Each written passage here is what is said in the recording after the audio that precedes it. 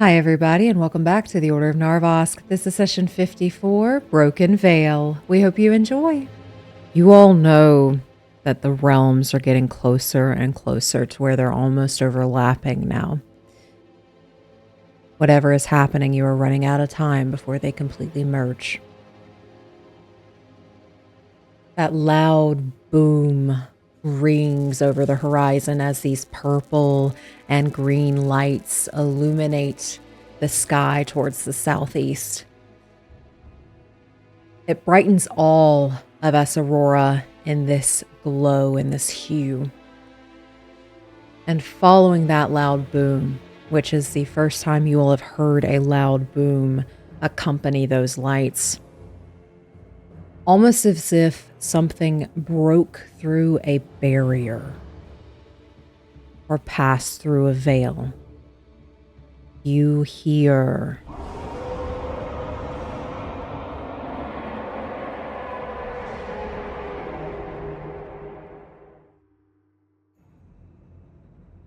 Quirin, with your passive perception, you see something flying at a very quick speed your way.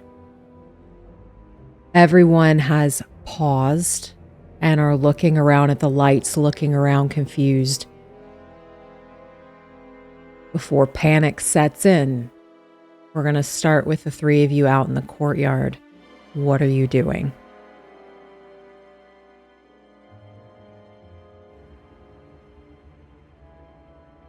Just in case if... is Quirin the only one that sees the figure flying in? With your passive perception, yes. Okay. And just in case that if anyone else doesn't know, I think we'll draw attention to it. We'll be staring at it and just kind of point out to the direction it's coming. What the hell is that?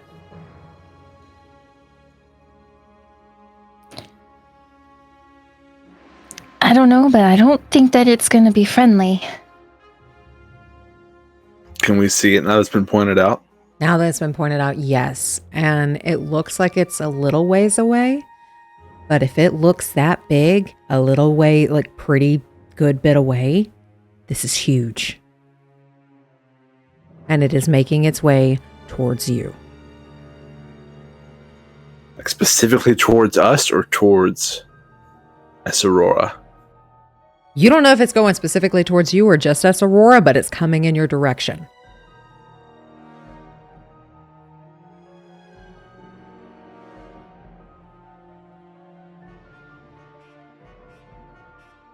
I don't know. Run out.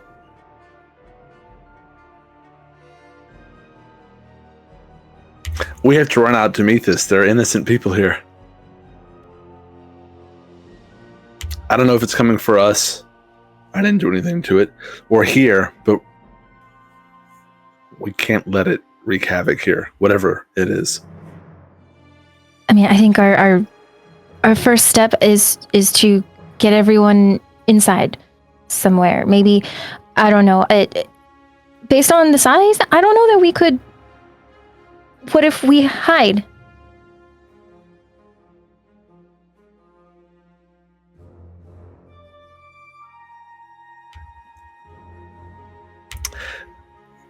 From what we can see, it's coming right at us. Does it look familiar in any way? I've never seen anything like it before. As it's getting closer, you can tell that this thing is very big. Probably a lot larger than you originally anticipated. Have you seen a dragon before? I wouldn't think so in person. Unless they're in books somewhere. You probably have read about them at some point.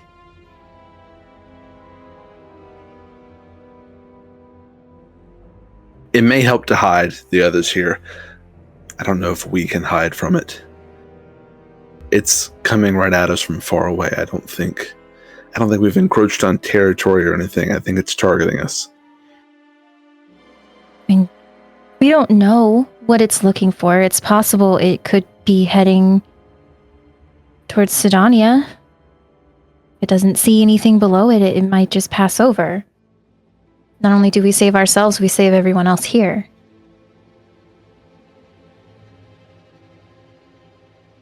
As long as we... Yeah. I mean, as long as we don't hide in a way where we'll be out of position if we have to change our plan. I just worry if it's not here for us, if it's here for here, and then we leave. I don't know what the possibility of that is, but I guess. I mean, are we saying to run out, grab its attention, and stop it from even making it this far? Is that was the point? Panic is starting to set in as loud booms and loud roars echo through Esarora. People are looking towards the sky. They're looking towards Seapair. They're looking towards Hara. Panic is starting to set in. Seapair, it looks like she's trying to get everyone's attention. Trying to herd everyone before they start booking it. Are you doing anything? Seeing Seapair, I'm going to use thaumaturgy to get everyone's attention and help Seapair direct wherever she wants them to go. Just to kind of make sure that at least the civilians, I don't know, the people who aren't going to fight are going somewhere safe. You see Seapair hold her hands up. Practice hall! As you're using thaumaturgy to kind of spread that information, a spell she cannot do. Okay. So I'll just repeat what she says then. Okay. Are you the only one doing this, or are Friedrich and Quirin helping in any way? I mean, he doesn't have spells like that anymore, but I mean, yeah, if he can help direct people to their homes or to a place to hide, yeah, he's helping out in between of us deliberating on what to do. Same. I would also just be yelling practice hall, although I can't project my voice like that. But then as I'm saying it, I'm moving towards the source of the noise. You all will see Seapair, Hope, Hara starting to make their way towards the practice hall. And they're trying to usher people in as best they can without panic and trample. If you are trying to help that, roll me a persuasion check.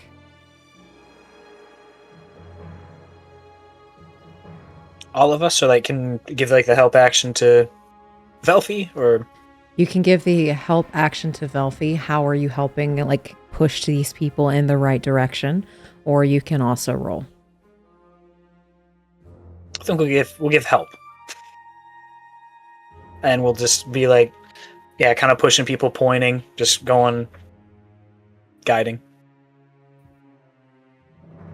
So advantage? Mm-hmm.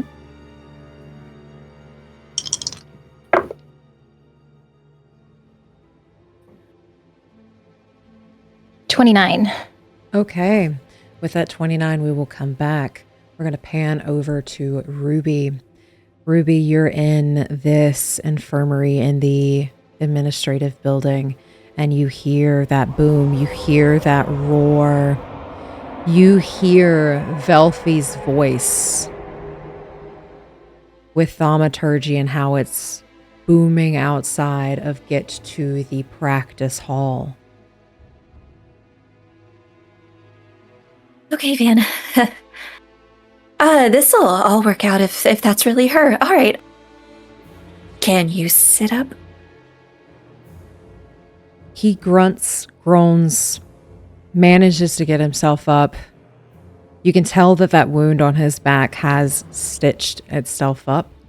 and it is looking like it's starting to scar as it is healing now that you have made a pact with him and forced Mother Mortem out. I will help him get up and I guess kind of be his like person crutch as we make our way to the practice hall. Okay. He tries diligently to keep up. And as you walk out of the administration building, you see all of these people rushing towards the practice hall, where you see Pear, Hope, Hara, Velphie, Quirin.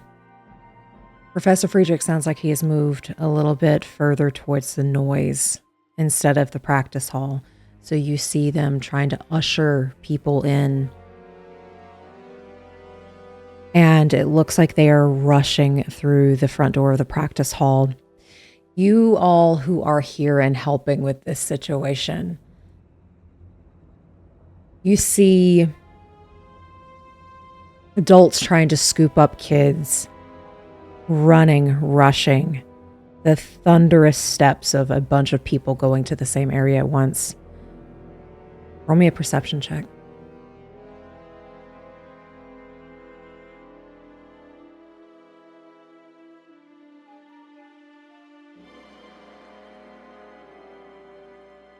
Uh, 19.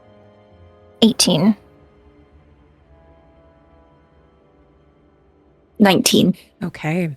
With those rolls, you all see this. You all see one of Hope's students. Long snout, sagging skin, dead-like eyes.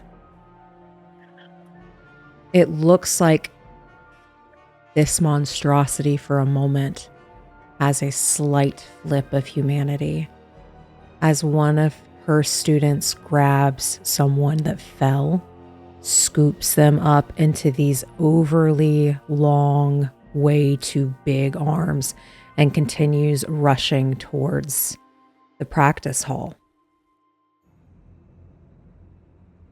As maybe some of these students of hers actually have a fraction of humanity left after all.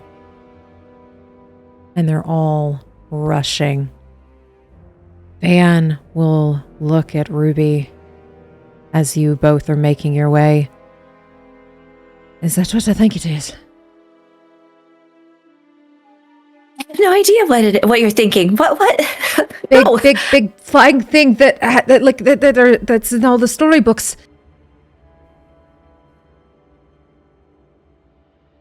And she'll close her eyes while trying to keep up with the crowd and cast Primeval Awareness to double check if this is a dragon. You sense a dragon, and it is rapidly approaching. And it's old. It might be a dragon, yeah. Hurry up, as much as you can. Don't hurt yourself, but walk fast, but not too fast. He will pick up the speed as best he can. Are you coming down with me? Are you facing that thing? I think I have to. But you can't. Remember what we talked about? That you gotta believe in me? He nods, and once you both get to the door or close to the practice hall, people are rushing past you. Just be careful, all right? He'll never see me come in.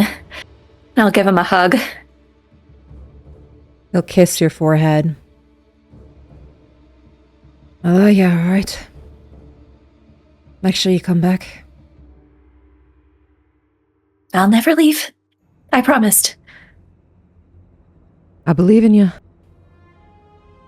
And he will hobble towards where everybody else is going. But he, of course, does look back multiple times as he crosses the threshold, and he is leaving everything in your hands. And now I'm looking for Velphie, if she's still like shouting or anything. Yeah, I think she would, as long as there's still people trying to funnel in, she's still trying to funnel them in.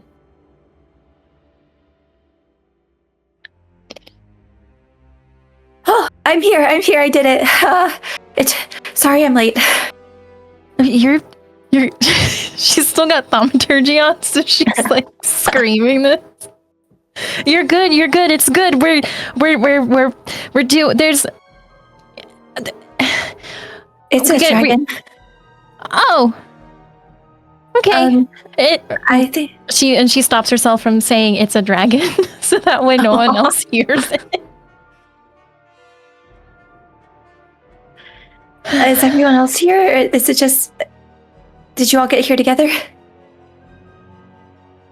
I guess, could we say like a minute has passed and it's worn off at this point? Yeah, The we can definitely thaumaturgy? say a minute has passed. Thaumaturgy has worn off unless you decide to recast it. Okay, so in a normal voice, she'll point out where Quirin and the professor are, and just kind of say, we just got here like, I don't even know, 15 minutes ago. So we don't really know what's happening, except for that. Kinda same. Okay. Van's inside, so he's safe. Good, he's alive. He's really then? good. Yeah. Okay. Yeah, he's really good. Yeah. Yeah.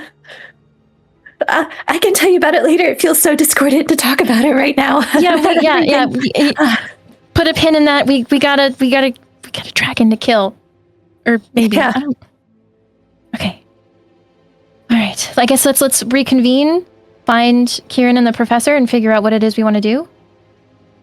Yeah, let's do it. Okay. And then she'll find them. Okay. Okay. Quirin, I'll say you all find first. Where's Quirin right now? Probably closer to where everyone was being led, so I think he'd be within eyeshot. Not difficult to find, so.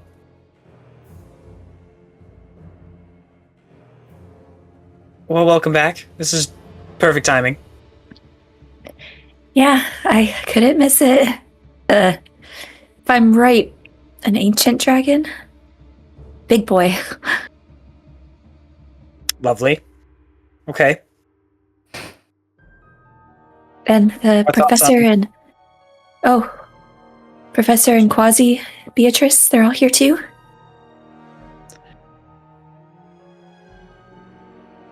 Do we have Quasi? Quasi's in somebody's bag. Okay. Cool. I'll just tap my bag. I got Quasi. Okay, good. Yeah, I'm right here. I haven't gone anywhere. It's really loud. It's very loud. What do you? It's ancient. I haven't really seen one of those. We're gonna be fine. If Quasi says it, then it's true. We're gonna be fine. Yeah. We're gonna be fine. Also, I've eaten a lot of your food in here, so you don't have a whole lot. I'm sorry. Get out. He hops out, and as this is happening, again, that roar is getting closer. Professor Friedrich, what are you doing? Is it screaming? So at this point, I've sort of waved Beatrice back a bit to go with everyone else back in Esarora, and you would just see this slightly hunched figure slowly walking out towards whatever's coming. Okay. And as you're making your way further into Esarora, Beatrice, shining that bright yellow that has kind of smoothed over to your other mounts. Do be careful, my friend. That sounds very big. Hearing that, I'll turn around and I'll just give a calm little nod and a slight smile, and then turn back around, and as I'm doing that, I'm pulling out the Librum. And while this is happening, Ruby, Quirin, Velphie, you all see Beatrice and your mounts making their way, slightly glowing, to that practice hall. And at this time, Hope and Sipair are closing the practice hall doors. You see Hope cast something on the door. And then something shimmery starts to surround it. And as this is happening, as the last mount, last person, last student gets beyond that door, you hear the beat of wings above you. A gargantuan figure lands on the conjuration building in the center of campus.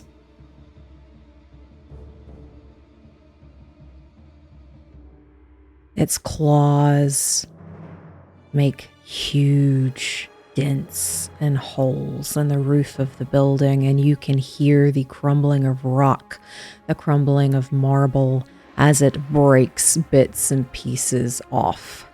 I need you all to make a dexterity saving throw, please.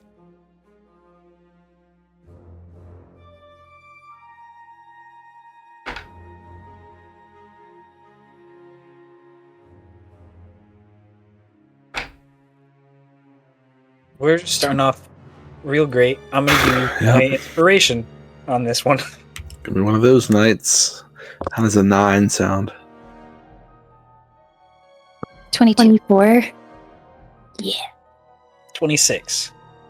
With a 9, as you are pulling out your Librum, a part of the building crashes into you. It hits your shoulder, and you can feel it push down as you take 10 points of bludgeoning damage as part of the conjuration building crashes into you.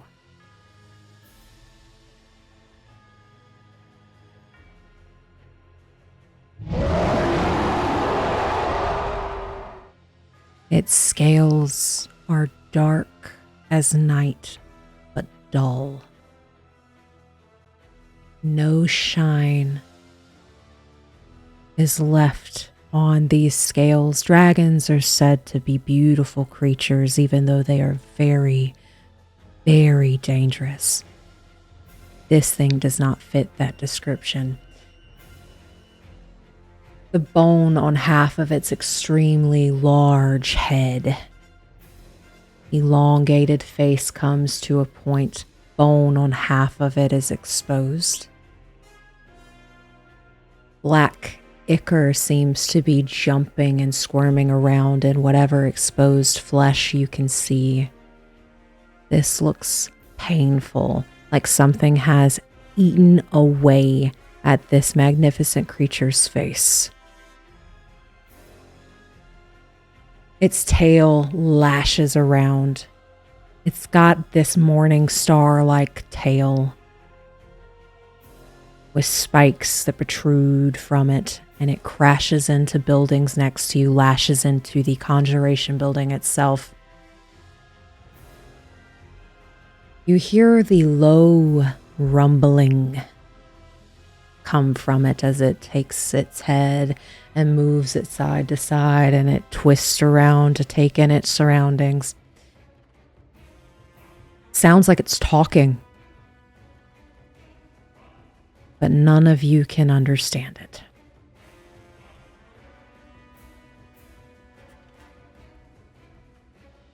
Is anyone standing next to the practice hall door?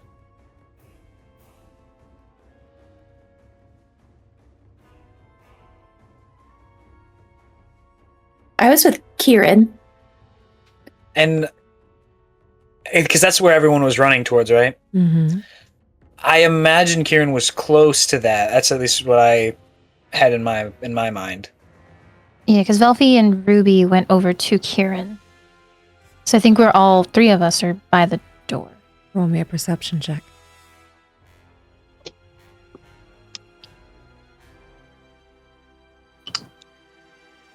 Dirty 20. 20. 24. 24. 22. 22. Alrighty. With that, I will say you all hear Hope whisper.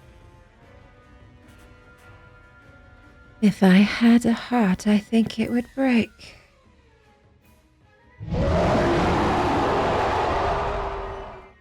need you all to roll initiative. My initiative is 15. Who's that hat down there? Who's that hat? Darn. I rolled a 21. I rolled a 10. I got a 7. No. I don't know what these dice are doing. Our order is Ruby, this dragon, Velphie, Siper, Friedrich, Hope, and then Quirin.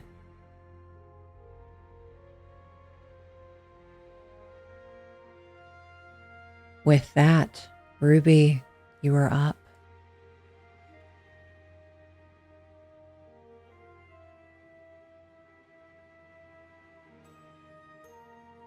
I am going to... Oh, I feel like I know a little bit about dragons because of the primeval awareness thing.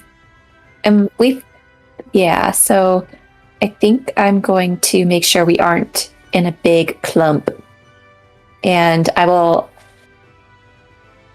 look back at Quirin and Velphie and say, we shouldn't be clumped up, and just take off sprinting. 1, 2, 3, 4, 5, 6. And then I get 10 extra feet of movement on my first turn because of my ranger stuff. So I will come over here. And I will lean down and take a shot. Alrighty, roll to hit. I got a natural 20. Natural 20! Alrighty, let's go. Yeah. All right, and this is with my crossbow, so he'll also need to make a or she will need to make a saving throw. Okay. I will say as it makes that saving throw, it looks at you, it pushes its shoulders back.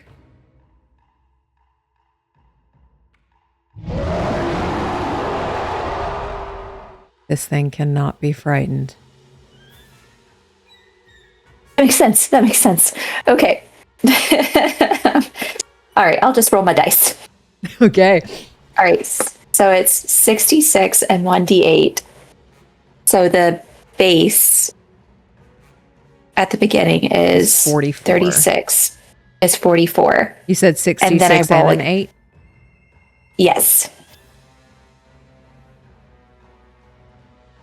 Okay, so that is 44. And then I roll again, right? Yep.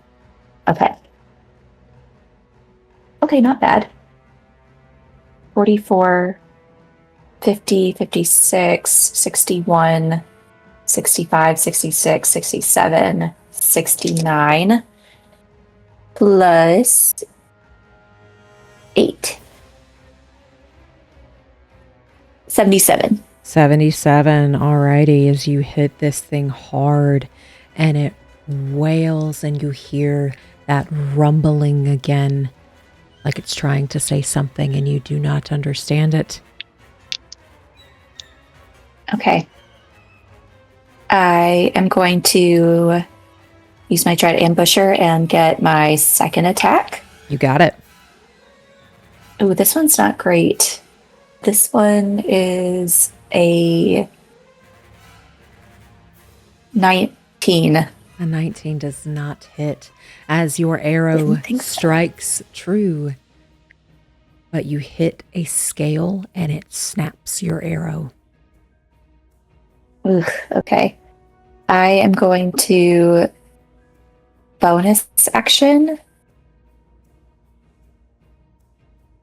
dash. I'm going to go behind this building. 1, 2, 3. Okay, right here. At the very corner. You got it as you book it behind that building. With that, it is now the dragon's turn. And again, twists its head. You see the tail moving back and forth. The skull, half of its skull is exposed. There is no eye in that socket. As it looks at you all and you hear that low rumbling again. But you do not understand it. It will rear its head back. It is about 56 feet in the air right now, as it is sitting on a very tall building. As it rears its head back,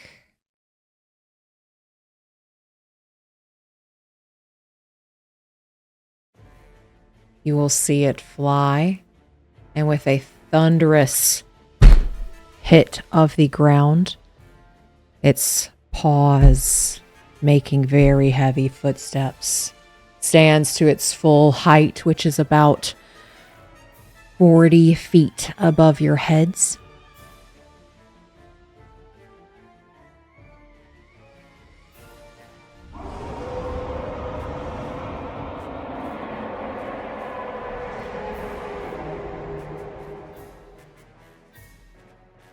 I need Velphie and Quirin to make a Constitution saving throw, please.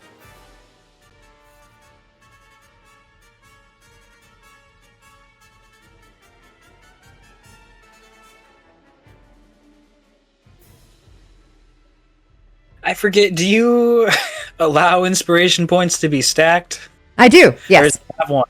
Okay, we're going to use our second and only other one. Okay, yes, I do allow inspirations to stack. Would like to use a luck point. You may use a luck point. Okay, I went from a 2 to an 18 plus 2, so 20. Okay. I went from a 3 to a 15 for a 16. Everybody fails. Okay. As you see when it rears its head back and lets out this roar, you see this purplish, thick, ichory fog comes out of its mouth and it blows in your direction. You all take 16 d8s of necrotic damage.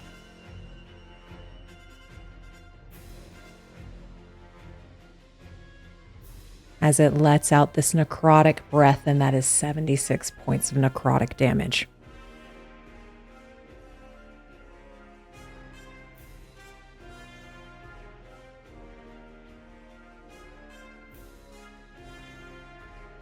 What kind of a ability is that? That is a dragon breath. So not a spell. No. So above table, how these work. Every turn, they can roll a d6 to see if they get it back.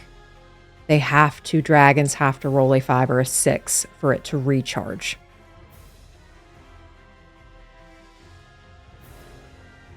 But as it expels that breath in your direction, see Pear barely is out of range. Hope, Quirin, Velphie take 76 points of necrotic damage. And again, that rumbling comes from it as it takes a step forward and looks at you with that black ichor jumping between its exposed flesh. If you would like, you may roll me a history check for those of you who are currently staring it down.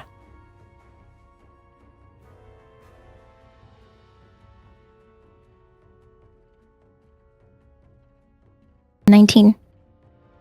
At an 18. Okay. It looks infected.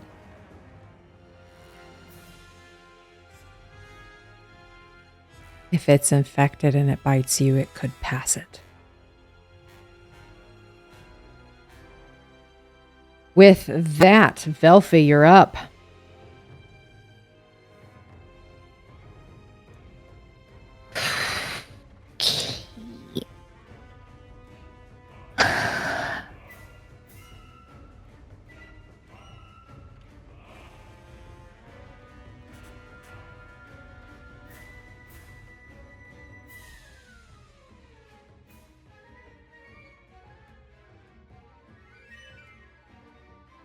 Okay, in this spot, I would like to cast Slow. That is a Wisdom save of 17. It got a 14, but it uses a legendary resistance to pass.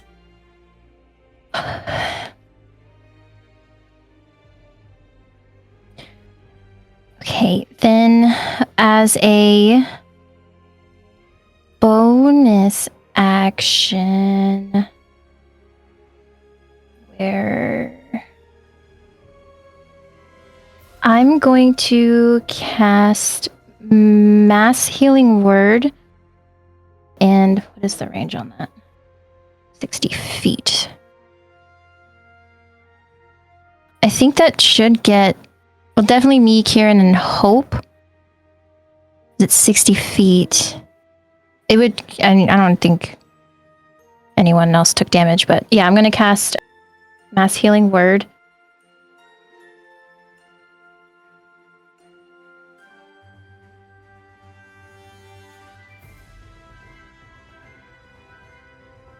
Eight points of healing. You notice it does not work on Hope. And then I would like to move. I think I'm going to go 5, 10, 15, 20. No, wait. 5, 10, 15, 20, 25. I'm going to go right under this tree. Okay. You are able to move underneath that tree and spread out. With that, it is now Pear's turn. As Pear, you see her hold her hand out, and it looks like a spear pops into it. Her wings ruffle slightly, but you can still tell one is broken and probably will never heal properly again.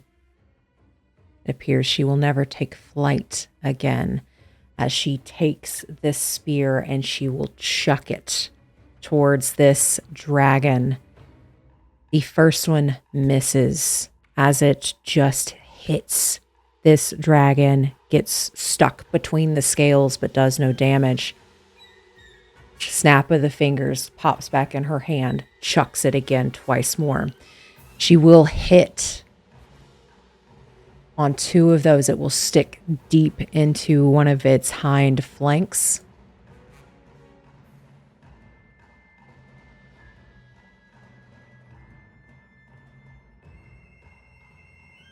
As she does some damage there. And with that, Friedrich, you are up. Okay. Can I ask, looking at this thing, I saw it pretty close up. And then I don't know how much of the breath attack I saw. But I know it was, do I know it was necrotic damage it dealt? Roll me an arcana. With the spear arcana. Roll me a, because it's not magical. Roll me a perception check. Okay. 17. With a 17, it looks to be necrotic because of how the wounds that pop up on Quirin and on Velphie, it seems to wherever that fog latched onto, seems to slightly decay their skin. Okay. And I saw what the dragon looked like, how it's like partially decaying and there's bone coming through and it looks rough. Yes.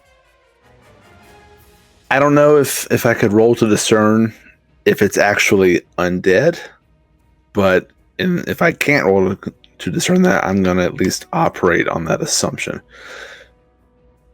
Roll me a religion check. Religion. Ooh. Oh, my religion is really high for some reason. But will I roll high? I didn't roll high. 3 plus 10, 13. With a 13, you're not 100% certain.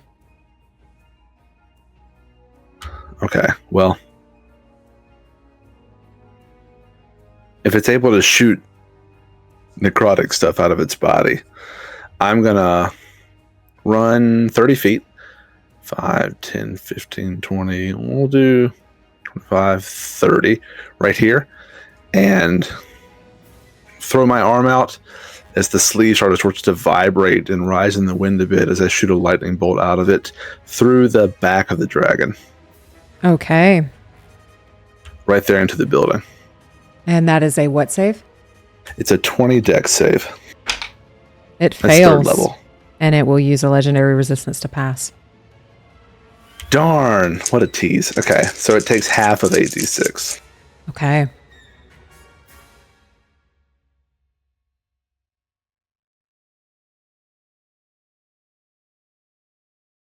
Roll decently. 31 halved, it takes 15 lightning damage. You got it. As it takes lightning damage, you can see that lightning spread across its scales. Is there anything else you wish to do on your turn? Yeah, because I'm within 30 feet of it. Actually, I'm going to assume I can't do this. Let me check the text.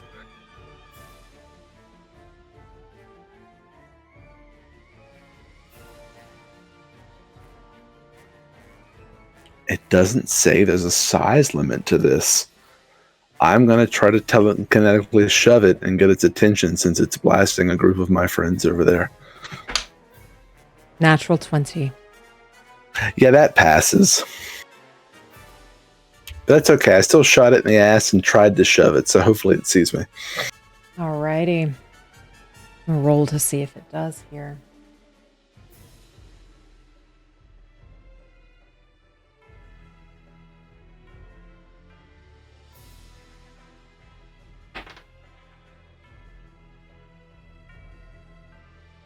With that, it will use a legendary action.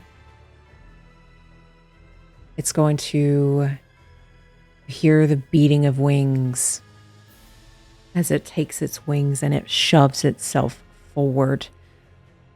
And it is going to sit right there for now as it starts to open its mouth at Hope. With that, it is now Hope's turn. Hope is going to cast Aura of Vitality. If you are within 30 feet of her, when at the start of each of her turns, if it persists, she can give 2d6s to someone. She's going to give 2d6s of life to Quirin currently. You may roll your 2d6s.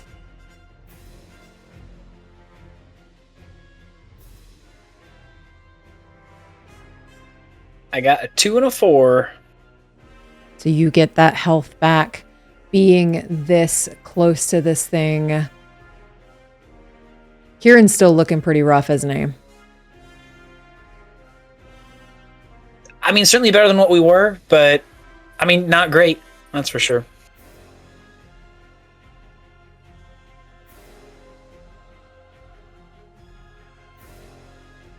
She will cast Sanctuary on herself. 1, 2, 3, 5, 6. She's going to try and run. This thing needs to make a wisdom saving throw to see if it can hit her or not. Alrighty, it does get an opportunity of attack. That is going to hit.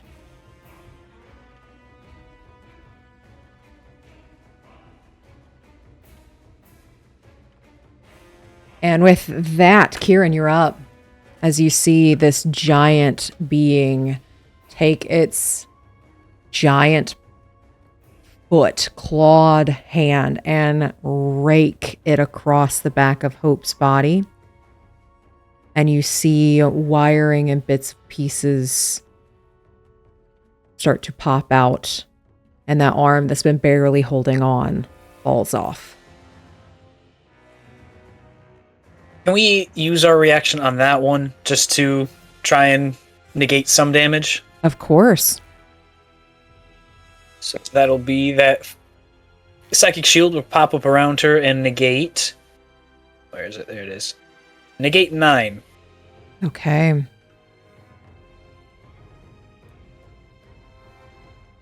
So you still see it claw the back of her, and that arm is hanging on by one tiny wire.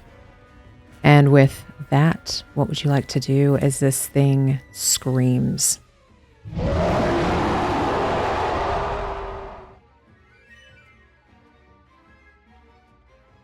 I think we would like to use our bonus action to use Phantom Strike. So we're teleporting.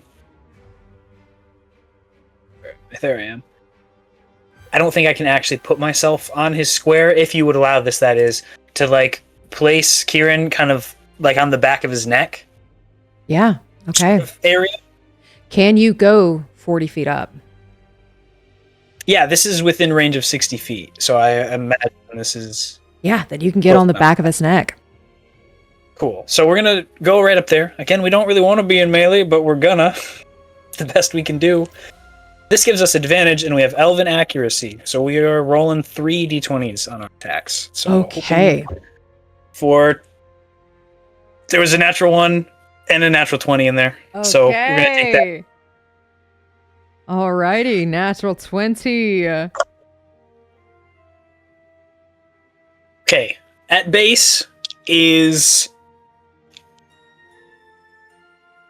Oh, I dropped a d6. 56 before rolling.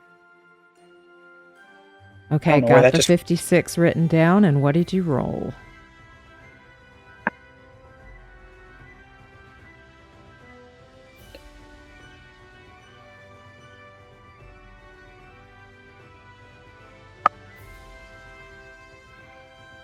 Uh, 23 on top of that, so 79 total, I think.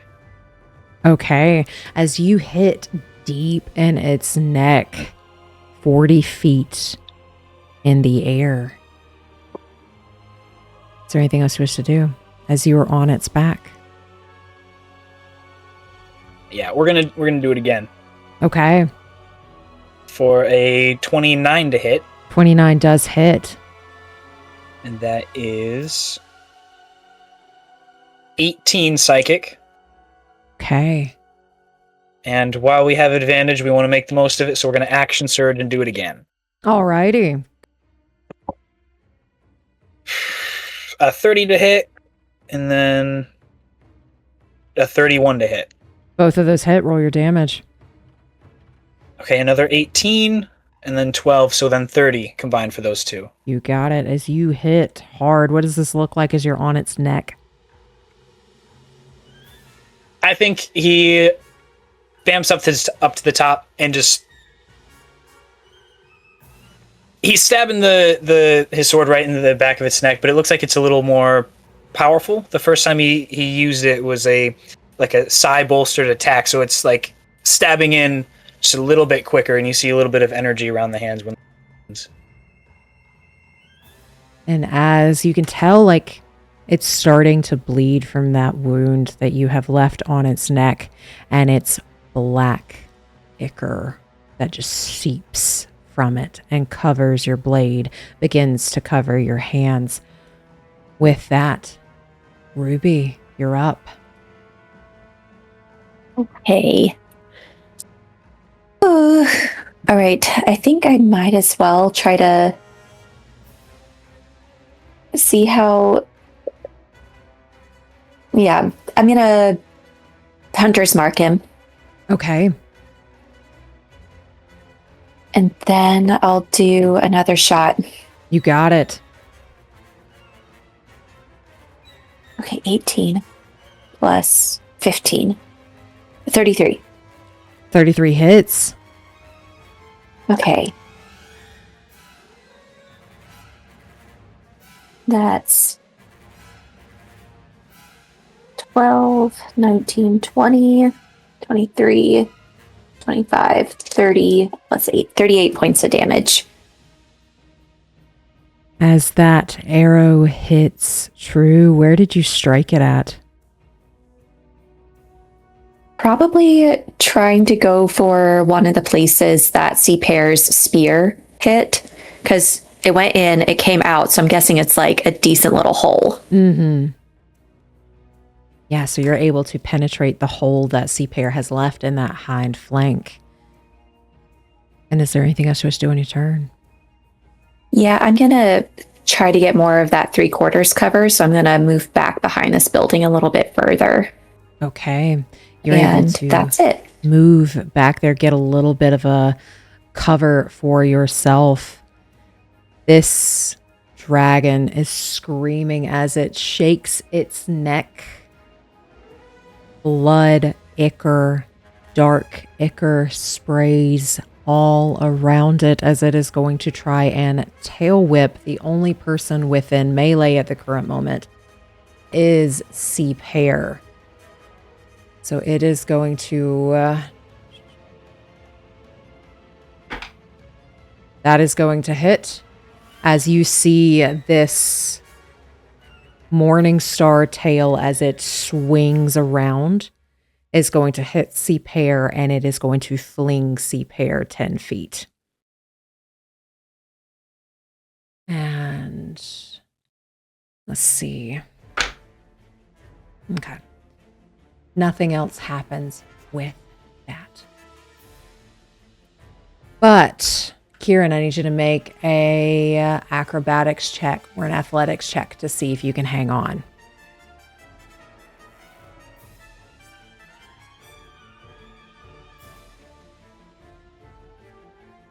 $28. Okay. 28, you're able to hang on as you are currently on this dragon, and blood again is covering you. This creature is going to... let's see, who's it going to go after? Ruby, you hit it in its hind flank. It is going to... C-Pair got tossed. 5, 10, 15, 20. It is going to follow. No. And it is going to take...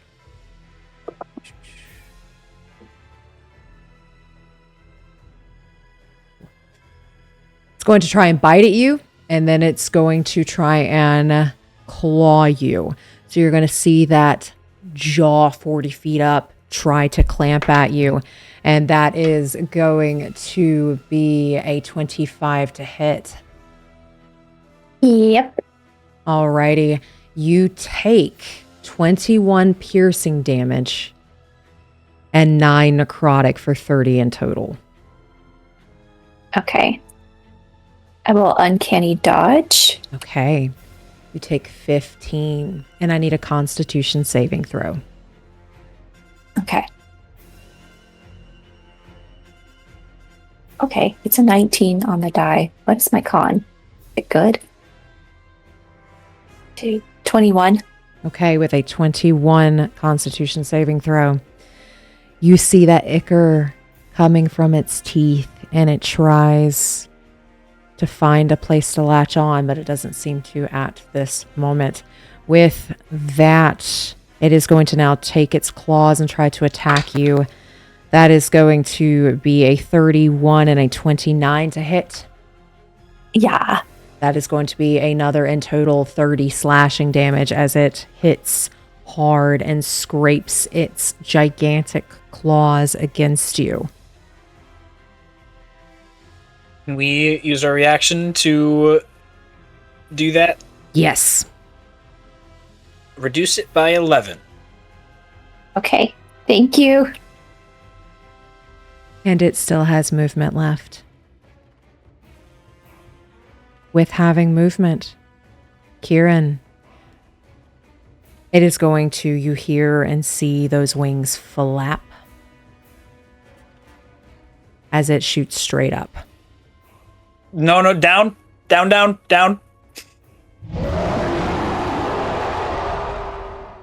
I need you to make me a acrobatics or athletics check. Your DC is a 20 to stay on, or you are going to fall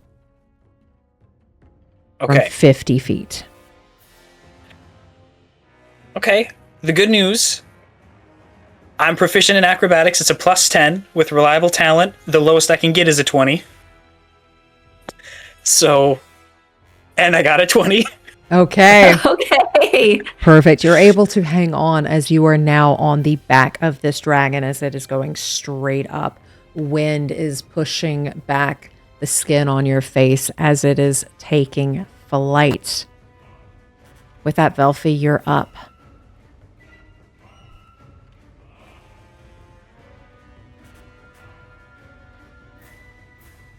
Trying to figure out what to do.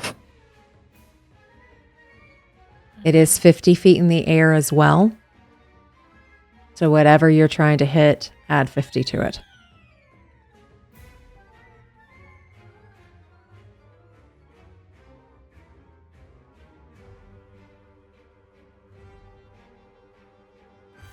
Us. Okay.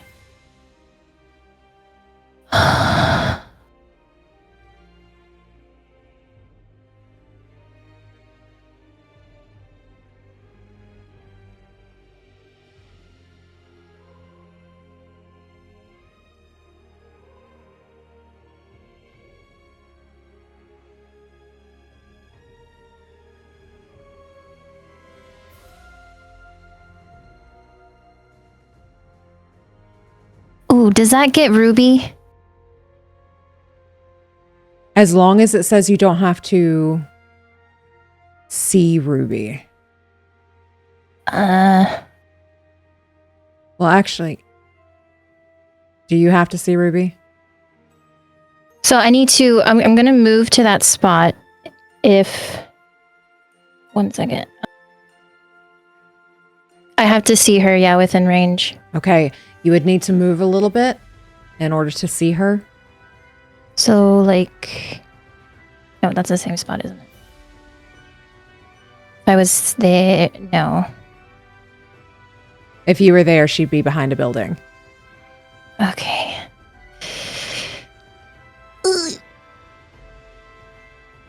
I think I may not be able to reach Ruby with this, but I'm going to do it anyway. I'm going to move to, where was it? Was it here?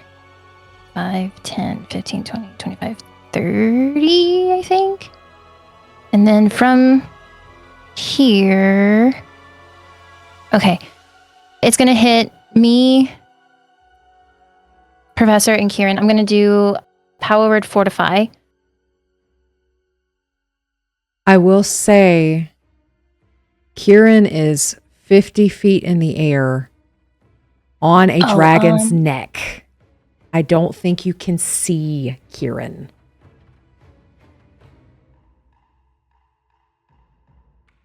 Okay, well, I'm just going to split it between me and the Professor then. Sorry, Quirin. But what if Quirin says, like, yeehaw really loud? This thing's neck is wider than two of you, like, laying down. Oh, he's a thick boy. He a thick boy. Okay.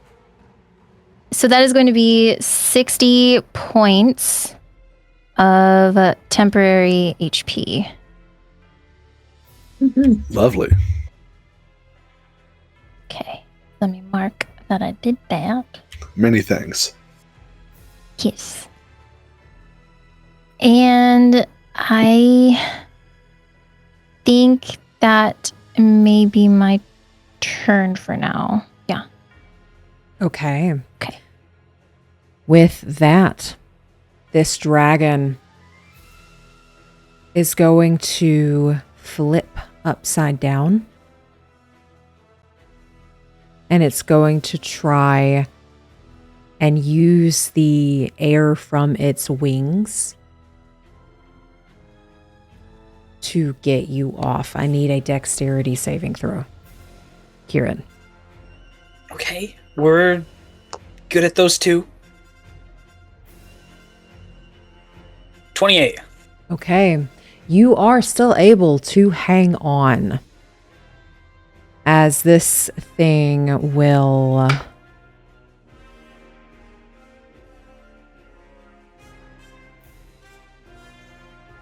flies here and downwards and lands with a thud next to Velphie. Shakes itself off. You can feel the splattering of ichor on you as it is bleeding. With that, Seapair is up. Seapair is going to take some attacks against it.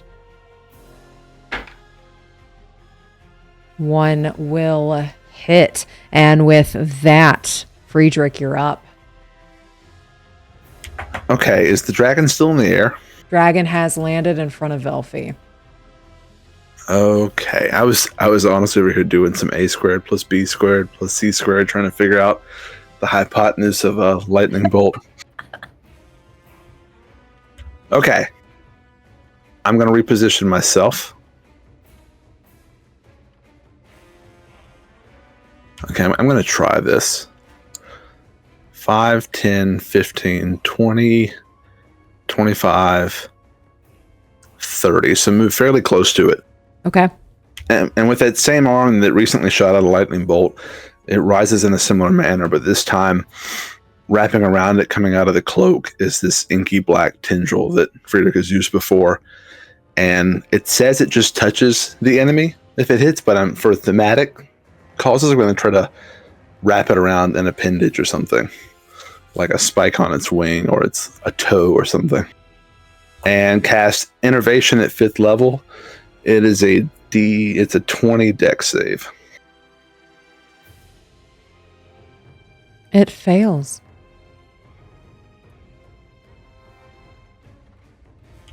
Is that the end of the sentence? That is a period.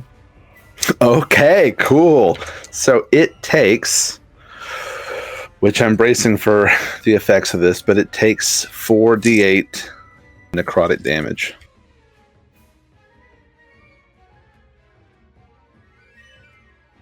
I only have 3d8s. No, there we go. 4d8. Oh, no. 2 of them are 1s. 14 necrotic damage. Okay. What does this look like as you grab on to like the little spike on its wing? This tendril shoots out and wraps around and just sort of pulls taut. But it's sort of slimy and inky, so as it pulls taut, these it's a thinner liquid. It's not the same kind of ichor. It's more like squid ink is like dripping off this appendage it's grabbing onto it. Does it appear to deal the full amount? You see where you've grabbed onto.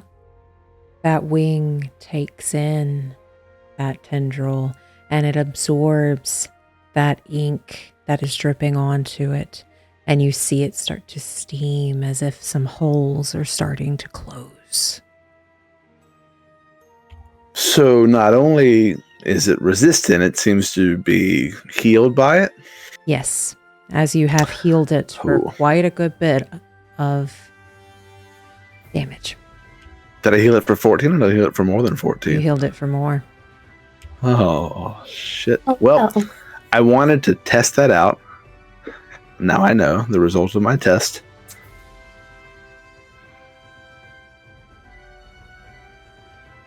So I don't heal anything because it didn't take damage. That'll be my turn. Okay. With that, the dragon is going to take its morning star tail and it is going to twirl. With that, a dirty 20. Does that hit? Velphie, Professor Friedrich, Yes. and Seapair. Yep. Shield. Okay. Velphie, I need a Constitution saving throw, please. 18. Alrighty, you do not take the extra amount to that, but you do get tossed 10 feet back as you take 17 points of bludgeoning damage as this tail swirls around and you get pinned on one of the spikes and slung 10 feet. Okay. With that, you hear Velphie roll 2d6s.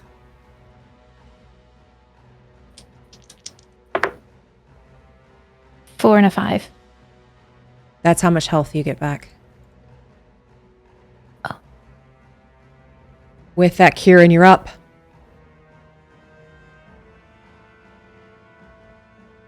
So I think still on its back. I think we're just going to keep trying to work at the area we were attacking before.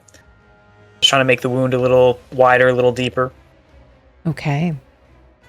Also, since it did twirl, make me another acrobatics check. Okay. 27. Yeah, you're good. And we'll use both of our attacks on this. 28 and 30 to hit. Both of those hit. Roll your damage. First one is 20 damage on the first one. Of psychic damage, I don't know if it matters. And then 12 on the second one. Okay. As you are still going at this spot, again, that ichor falls, covers your hands, and you can see little bits of it. It's almost like a parasite that's trying to find a way in. And with that, is there anything else you wish to do on your turn? We didn't use... We'll use our bonus action to second wind. Get a little bit back, but I'm going to be a little extra... Oh, that was bad. But I'll be a little extra wary of the blood goop stuff that's coming out. You got it. With that, Ruby, you're up. Okay. I'm running across. And I'm going to get right here, but while I'm running, I'm going to shoot. Okay. Roll to hit. Okay. Okay, I'm rolling really well. Another 19. So that's 34. Will hit. Oh, I just cursed myself. Anytime I'm like, I'm rolling good, I start rolling really No! after. Oh, no. Okay, so that's 3, 7. Oh, this isn't good. 8, 14, 18, 21 points of damage. Oh, 21 plus 8, 29. So 29 points of damage. And I am going to bonus action hide now that I'm over by this tree. Okay, go ahead and roll your stealth. Okay. That's a natural 20. Whoa, okay. Plus what? Plus, where did my sheet go? Did I exit out because of the last real good roll? Okay. Stealth is a 35. Okay. With that, you feel very well hidden behind that tree. And as you hide, it's now the dragon's turn. And you see this puff of dark, puffy mist start to seep out the sides of its mouth. It is going to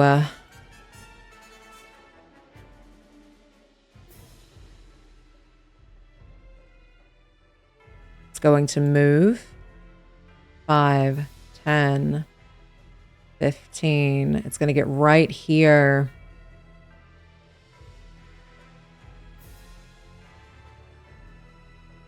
And it is going to aim its breath at Hope, Friedrich, and Velphie. I need a Constitution saving throw, please.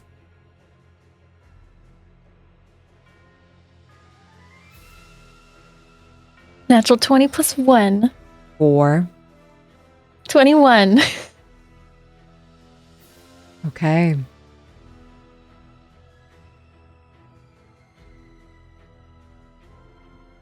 Nine. 9. Okay. Because it's a natural 20, we'll say it's half. But technically, the DC is still higher than the natural 20. Oh. That is going to be 16 D8s. Come again. Professor Friedrich, 83 points of necrotic damage. Velphie, 41. Hope, 41. Concentration drops. Necrotic damage? Necrotic. As that hits Friedrich, I would imagine quite similar to how the dragon looked after Friedrich's innervation.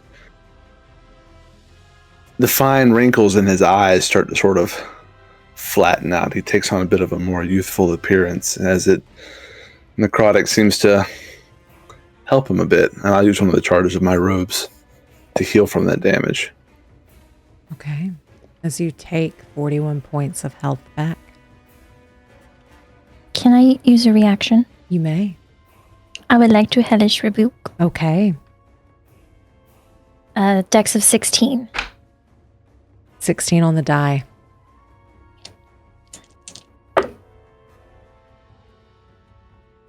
$24 total. Okay. As it takes 12 points of fire damage. You hear it roar. Quirin, I need a dexterity not saving throw, acrobatics check just to make sure you stay on.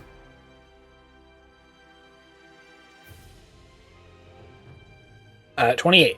Okay, with a 28. After it has moved, it roars, it huffs back. It is going to take its wings and flap again.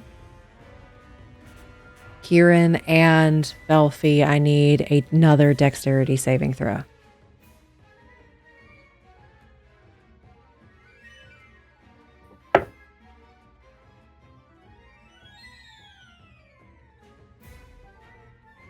Got a 17 on that one. 17, okay. 21. 21. Quirin and Velphie, you take 15 points of bludgeoning damage as this wind smacks you hard. Velphie, you go prone. Quirin, you fall from 40 feet. That's 4d6s. 2, 3, 8. 12 points of bludgeoning damage as you fall from its neck to the ground, plus the 15.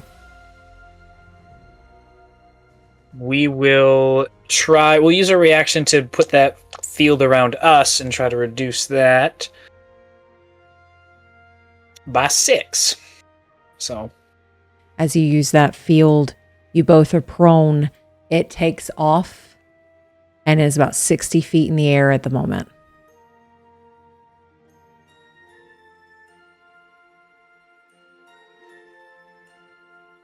With that, pair. Actually, Velphie, did you get to take your turn? You didn't. It's your turn, isn't it? Yes. Yeah, I did a reaction. Okay, your turn. I am going to... I'm gonna...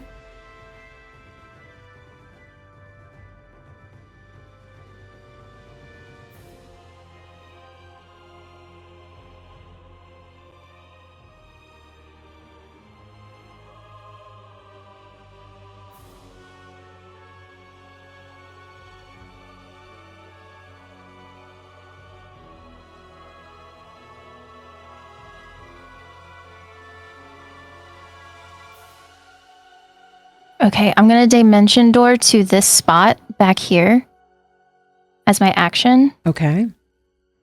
And then from here, I'm going to cast...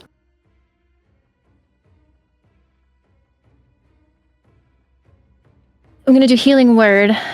I'm just not sure what level I want to do it at yet. We're going to do... We'll do Healing Word at 3rd level. So, to Quirin. That is what? 64. Okay.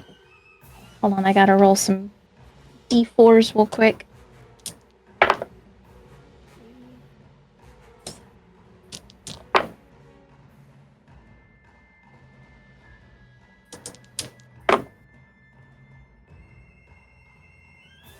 $19 points of healing. Thank you. Yeah. And that shall be my turn. With that, Pear looks like she goes to throw another spear. And as she throws, it doesn't quite get to where it needs to go. And she misses all of them as her spear can't reach. And you see that snap and that snap as they keep coming back. With that, Friedrich, you're up. This dragon's 60 feet in the air. I just did the math. I'm 30 feet on it from X. Y is 60. The hypotenuse is 67 feet. Lightning bolt right through that thing. At 4th level this time. A 4th level. You got it. Alrighty. That's a dex, you said? It is a dex of 20. Okay. That is a 28. That is more than 20. So it will take half of 9d6.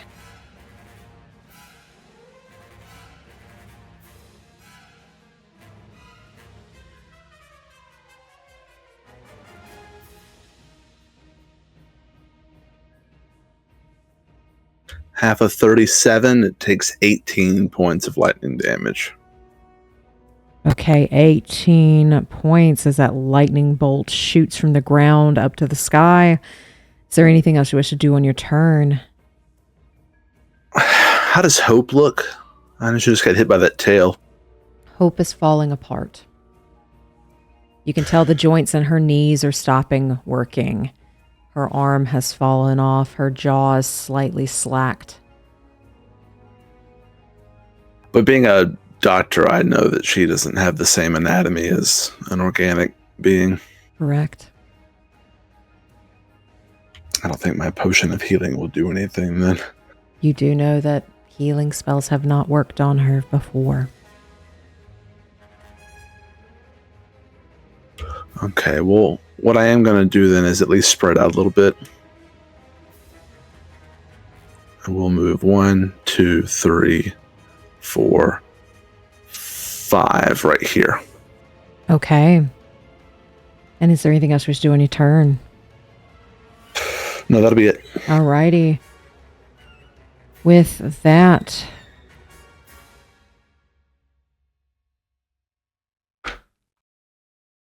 Hope looks like she is barely holding on here. She will cast... She's going to cast Heal on Velphie. You get 89 points of HP back. As you see her hold out her hand, and the colors of Esarora envelop you and give you 89 HP. And with that, Quirin, you're up. Okay, we are... Let's see.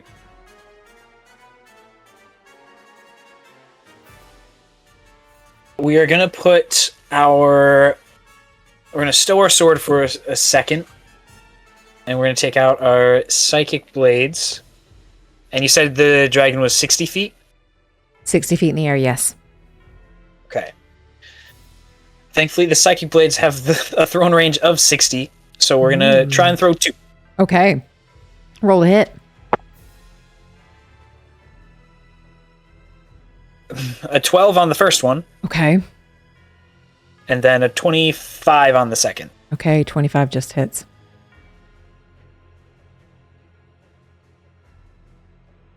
Oh, a 1 plus 5. So 6 psychic damage. And then I was just reading. I really haven't used the psychic blades a whole lot. Actually, okay, so we actually have a thing called homing strikes. Whenever we miss with a psychic blade, we can roll an extra d8 and see if that makes it hit. I don't know if it would really... With a 12, it wouldn't. I didn't think so. Even at max. Yeah, it says it's only expended if it hits anyway. But anyway. But then we can also make a third one with our bonus action. Okay, roll to hit. A 17? 17 does not hit. Can we use the d8 on this one? You may. You need an 8. Well, we did not get an 8. So, other one goes wide as well. As the other one goes wide, Oh, but yeah. one does hit. And then we're standing up too, I think, because I think we were still prone. So. Yes, you got it. And with that, as this thing is screaming in the air, puffing this smoke out of its jaw, out of his maw. Ruby, you're up. Okay. I'm going to pop a little sneaky sneak around the tree. And I want to throw my ring of fire into the air. And with my offhand attack, try to shoot the dragon's belly. Okay, with your offhand attack, you got it. Go ahead and roll to hit. Okay. So I think this is a -5 Okay. to my, yeah, and that, but then again, I get the extra damage. Let's see. Okay, make the attack roll a disadvantage and take -5 to the attack. I had advantage because I was hidden, so do I roll straight? You roll straight, those would cancel each other out. Okay. It is a 15 on the die, plus 14, or plus 15, which is 30 minus 5. That's 25. You just meet its armor class. Pretty good. I don't think I get sneak attack because it's still in the air and Quirin's not on it anymore, right? Correct. Okay. No one else has said melee. I didn't have advantage. Okay. Okay. That is 12, 22, 26. It is 22 points of fire damage and then 4 points of piercing plus 8. So that's 26, 32 total.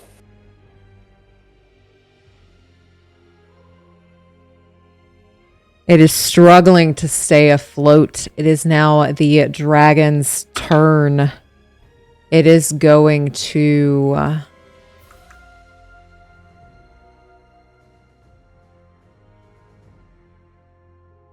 5, 10, 15, 20.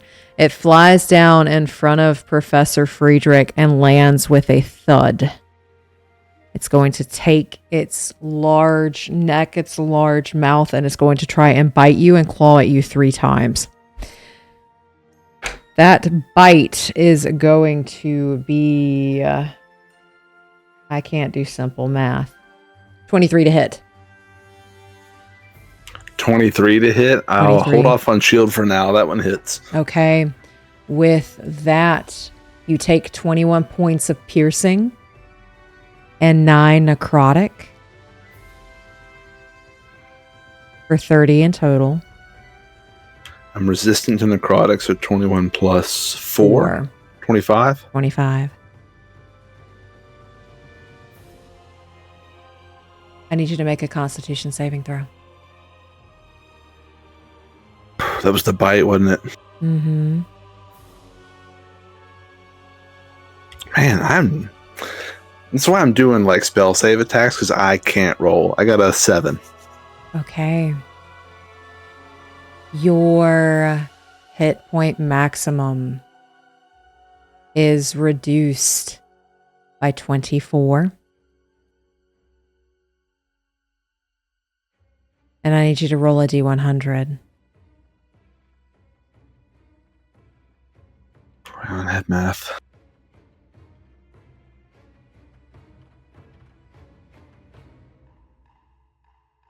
A D100, you say? Okay.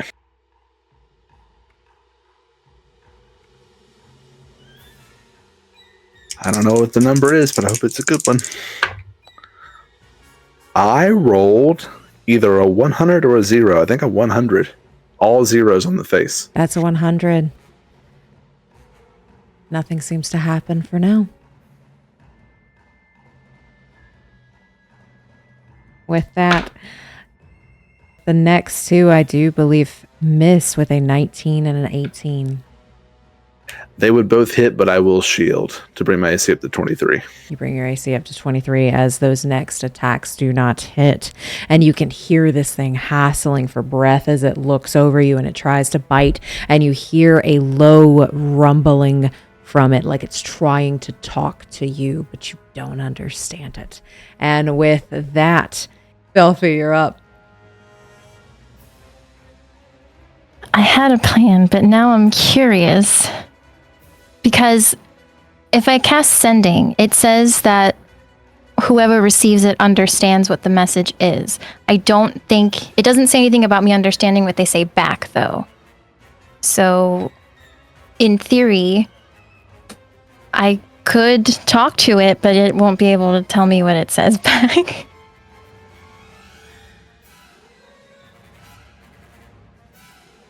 I'm Googling if sending is universal language. It says the spell enables targets to understand the meaning of your message, but it doesn't say whether or not that goes both ways. It does go both ways. You don't get exactly what it says, but you will get a meaning. I'm going to cast Sending. Okay, what do you say? And I'm going to ask...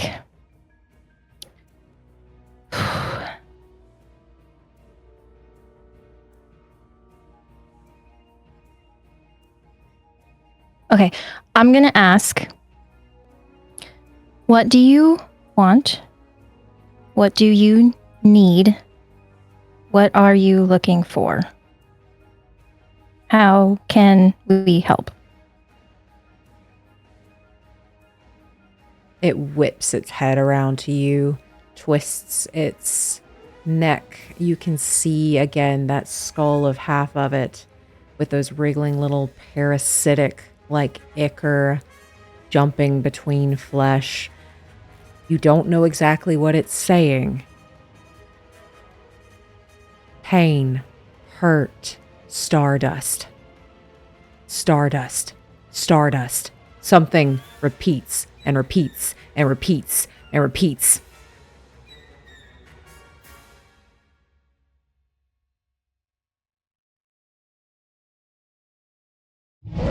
So it just repeats stardust over and over and over. It's repeating something. It hurts, it's hungry, it's in pain, and something is repeating like it's gone mad. Ah. Okay, so I could assume that it probably wouldn't be able to be reasoned with at this point. Like it's kind of in survival mode, just trying to eat. Something like that.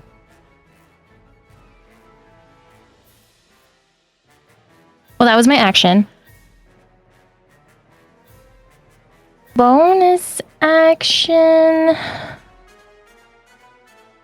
I think I'm going to hold off for now, and I'm going to stay hidden behind this wall. Okay. As you stay behind that wall, it's going to use a tail attack, Professor Friedrich.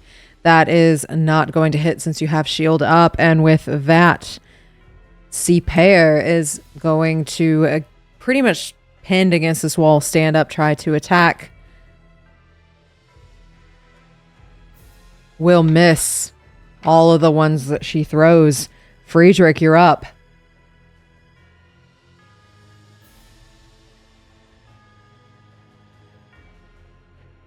I'm a little limited what I can do, but I'm going to keep with what's working. I am going to reposition a bit. Going to strafe to the right. 1, 2, 3, 4. And lightning bolt right through it. We'll do this one at 4th level as well. 29. That's a pass. So half of this.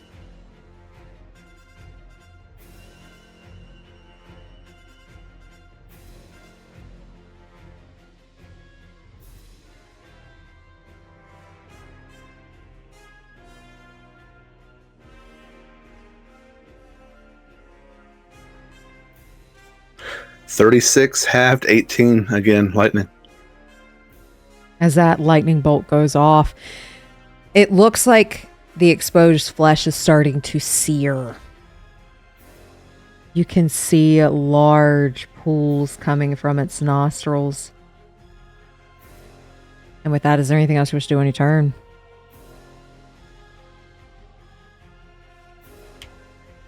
Do I have any indication that Velphie's in an ascending?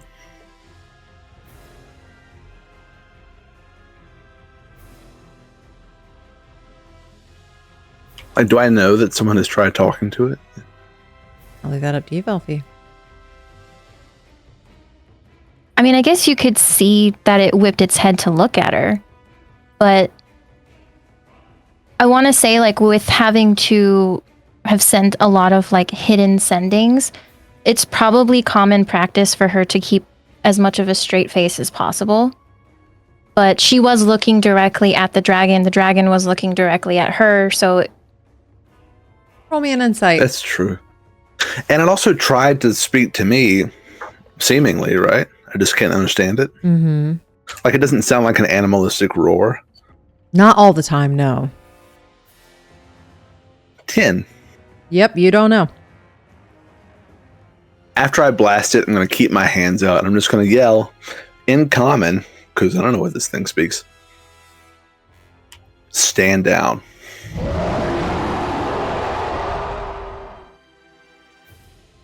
And I'll wipe some of the spit off my face, and that'll be my turn. And it is some of spit and ichor. And as you wipe your face, it is now... let's see.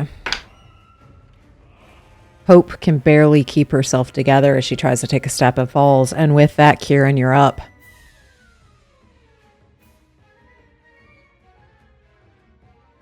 Okay, I think we will use... Is the dragon on the ground now? It is on the ground. Okay.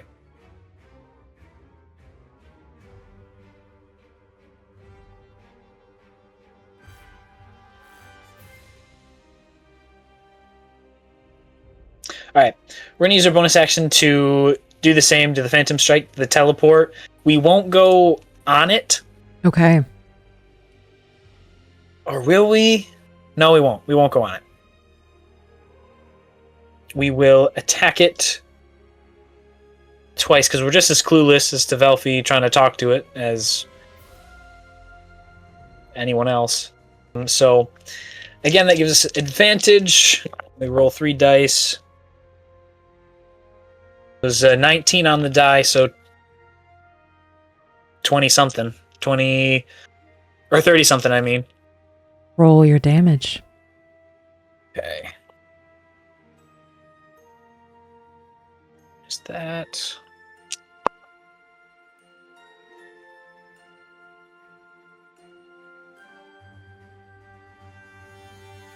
12.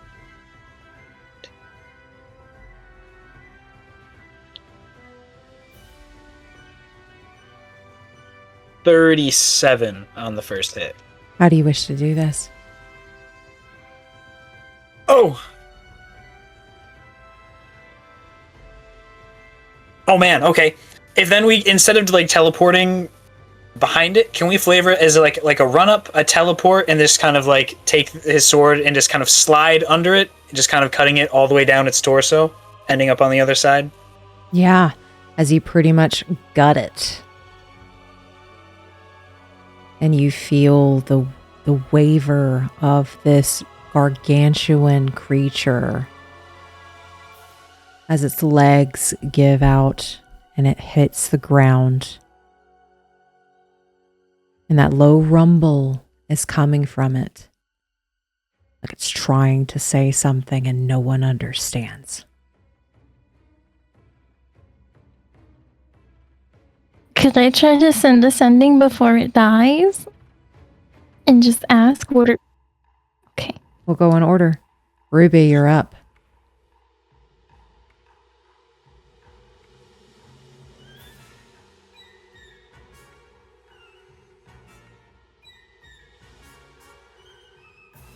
It looks like Quirin really did it in. So I think, based on where she's at, she sees C-Pair struggling, and she's going to go and help C-Pair, like, stand up from this wall. And I do have a healing potion that I will give to her. With shaky hands, she'll push it back into your hands and clasp your hands with hers. You may need it more than me at some point. I'll be all right. I've gone through a lot. I'll be okay.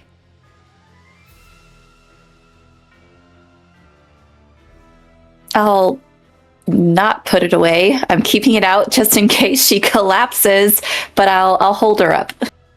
And she does take that as you are able to hold her up.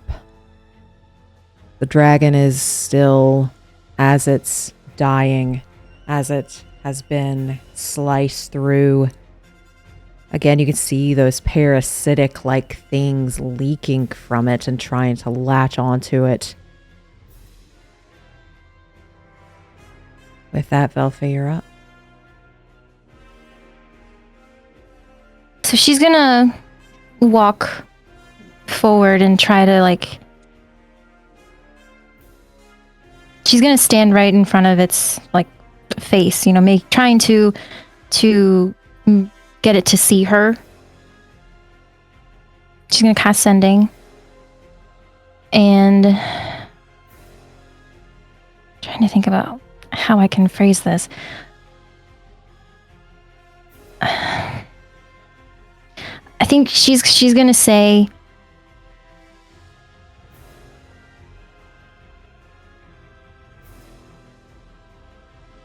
what do you want us to know? What are your last words? That's the best way I can think about trying to get what I want. You keep getting the same thing. Pain, hurt, and it's repeating something over and over and over and over. But I don't know what that something is. I just know that whatever it is saying, it just keeps saying it in Draconic. I don't know that's Draconic, but like whatever it is. Okay. Could I remember what that word? It's repeating something very... You get the sense and the meaning. It's something very important to it. To her. Okay.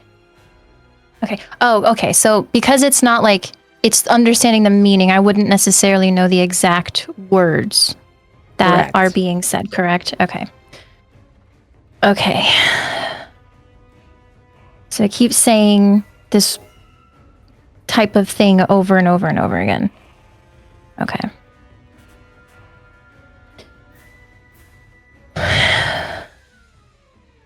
I think standing in front of it, whoever she sees, probably Quirin, since Quirin's just sliced it open, she'll just look at him and say,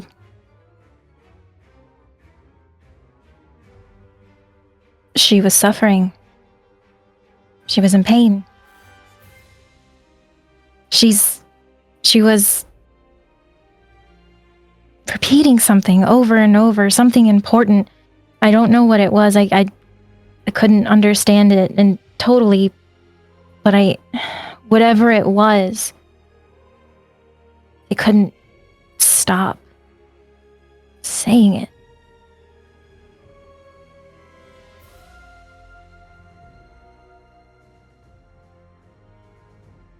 Well, then maybe on top of protecting everything here, we maybe also did a little bit of a service then.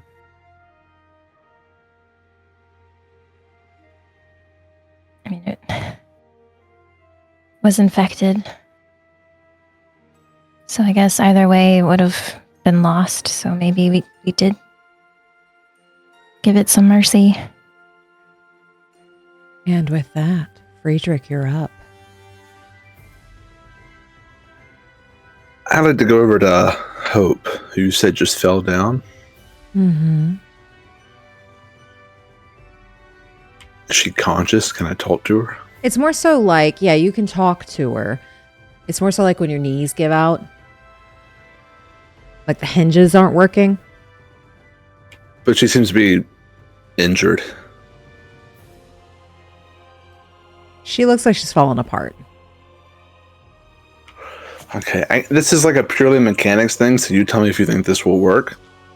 I have a spell that can more or less force a short rest. But I don't know if that would actually heal her or not. It doesn't force it, she has to be willing, but it makes it happen in 10 minutes instead of an hour. It's called catnap. I don't know if that would heal her or not, but it's the only real healing thing I know of. Because it's not me magically healing her, and it's not a potion. It's if she chooses to use hit die, if she even has hit die. Okay. Yeah, you could cast it and see what it does. So as she's down there, I'll get down on a knee beside her and say, I think you should rest. I can help you for a moment. Well, I'm supposed to be the one that's giving assistance. But if you can put me back together, I don't think I will complain too much.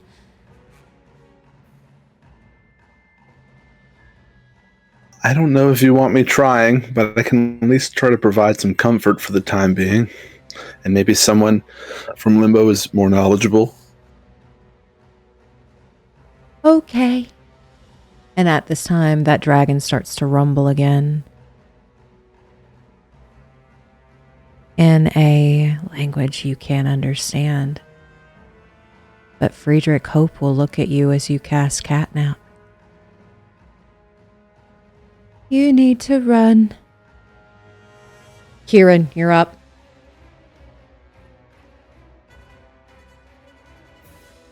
What? Can we...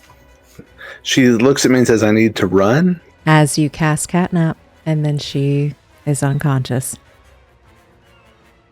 Can I pick her up and start moving? If you want. I would like to do that. I think I used like 15 to get over there. Okay.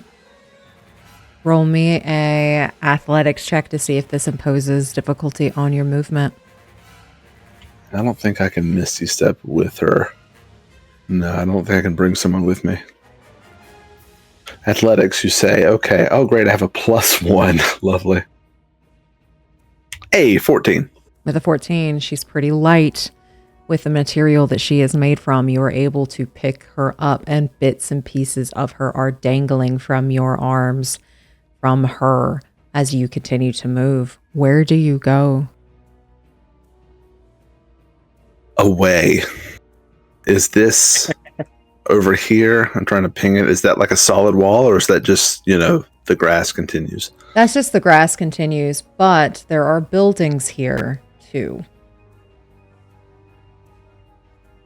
Oh, okay. So I will pick her up and just sort of... So I cast this spell and she falls unconscious. It's not really sleep. It's called unconsciousness in the spell. And I will scoop her up and scurry as much as I can into this building right here. As you enter the evocation building and you are able to get behind, open the door, get into the building, do you close the door?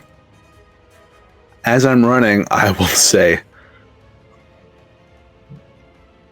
clear the area. And yeah, if I can close the door, I will. I'm told we need to run after the dragon made a noise, so I'm trying to put as much distance and material between the dragon and myself.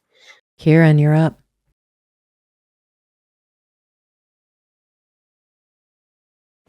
Okay, so we hear it like rumble. You're hearing it rumble like it's talking. Okay.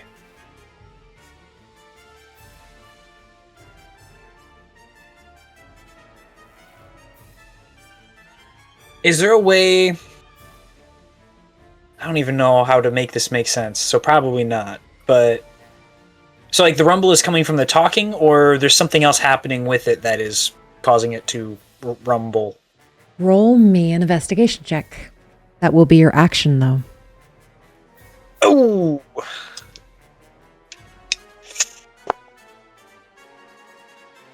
Yeah, I guess we kind of want to know. Fuck you.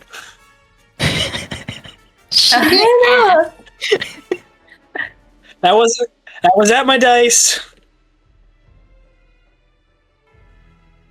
Was a 1. A 1. You just hear it rumbling. And you can see, like, those parasitic things are squirming, moving, wriggling. Oh, man. Okay. I completely... Rolling a 1 fucks so much shit up. I mean, we were told to move, so we will...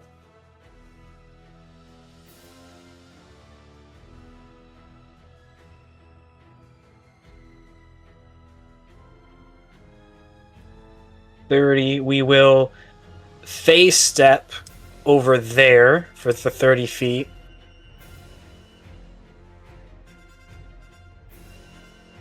And then we'll use some of our movement. Let's see, 5, 10, 15, 20. 20. We'll just go right there.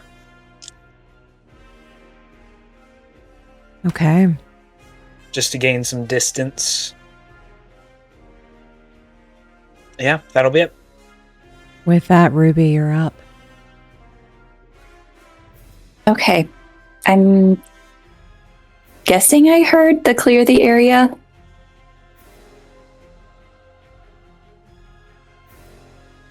You heard it. Okay. I'm going to use all of my movement to guide C-Pair inside here. So I will bonus action dash to make sure that we can get inside with my movement halved. Alrighty, with your movement halved, you get into the enchantment building while getting C-Pair behind a door. Yeah. With that.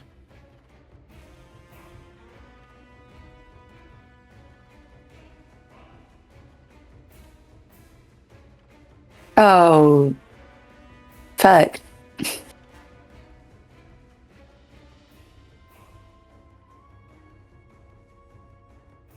I do close the door. I need you all to make a Constitution saving throw. Ooh. If you are behind a door, your DC is a 15. If you are not behind a door, something enclosing you, your DC is a 25. Is there a refrigerator in here? No.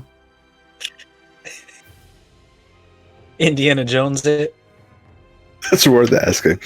Well, if it's Fall a out. 20, I can't even get that even if I got a 20. So Roll to see if you get a natural 20 at least.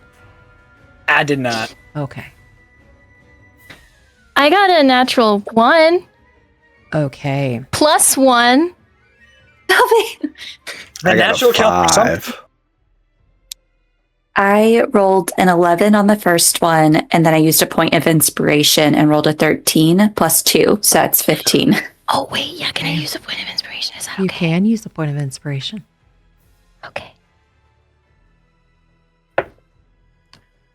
6. Okay.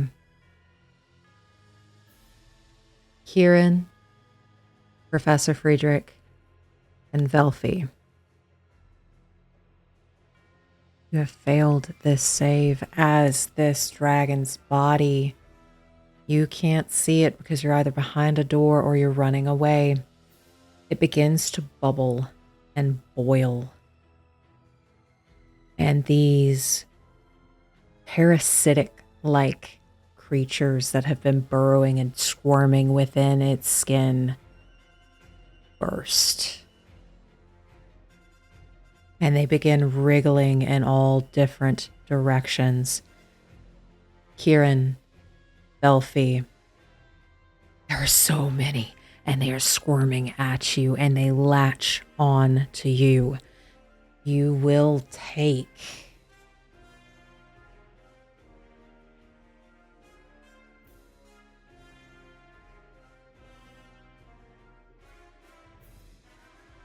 81 points of necrotic damage. Professor Friedrich,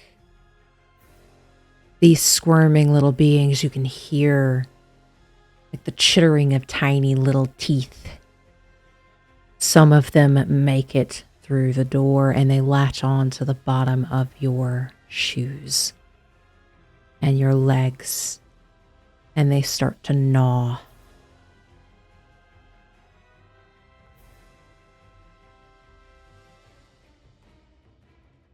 You take 73 points of necrotic damage.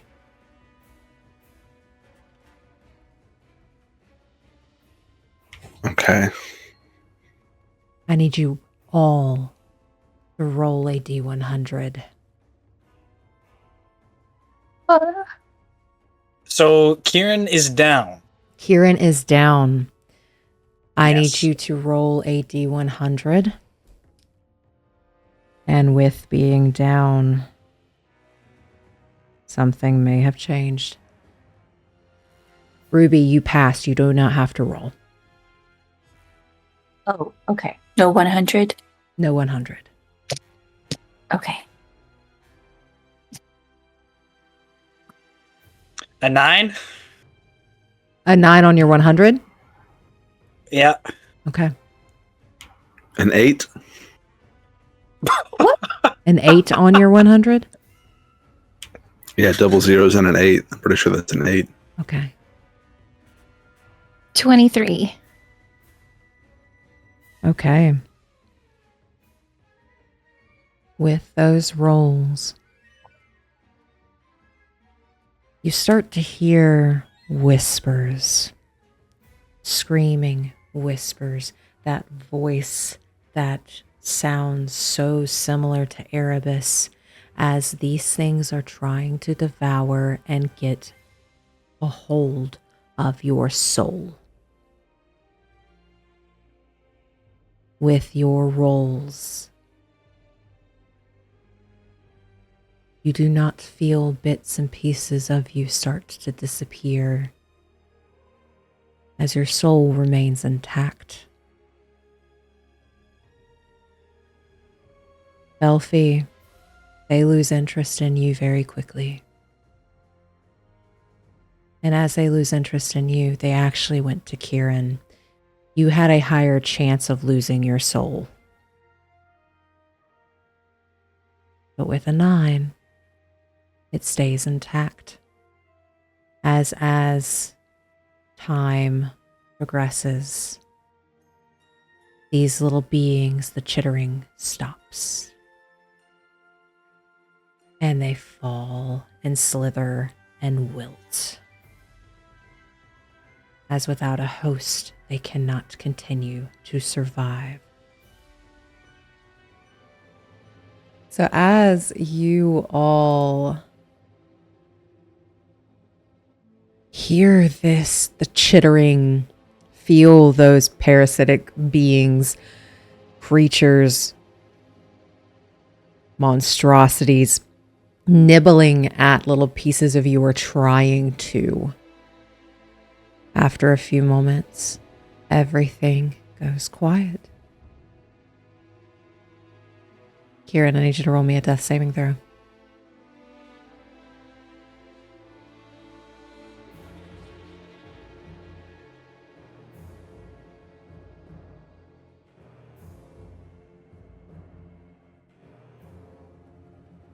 How is C-Pair? C-Pair is holding up pretty well. You don't see Okay. anything on her. She's helping you pretty much keep that door closed. Once the chittering stops, I'll open up the door. And once you open up the door, you see these black parasitic-like ichor things littered on the ground. You see where that dragon was. It's almost like roadkill that pops because it either gets too hot or something's in it. And underneath her is that same rot that is making its way over the mountain range towards Esarora. Tiny little circle of it. And you do see Quirin and Velphie. Velphie, I think, is still up. Quirin is down. Velphie, seeing Quirin down, will immediately run over and cast Cure Wounds. Ooh, okay.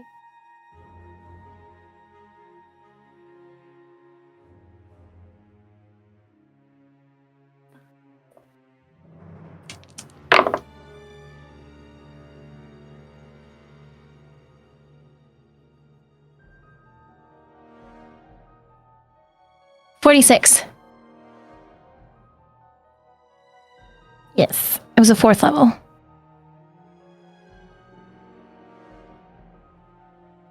And it just coming to. Hi, thanks. And it would like stick out his hand to hopefully get helped up to his feet. She slaps it down. That's fine. That's Just fine. gather. Get. You literally were almost about to die. Just take a second. We're stubbornly, but we'll like. Just, our hand will fall and we'll just sit there for a second.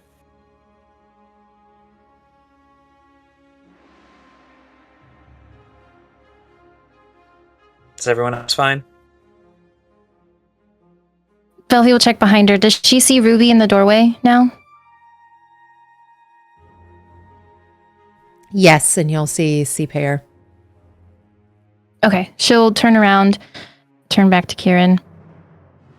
Ruby and C-Pair look to be okay. I don't know where the professor is. And then she'll peek around the building to see if she can see him anywhere.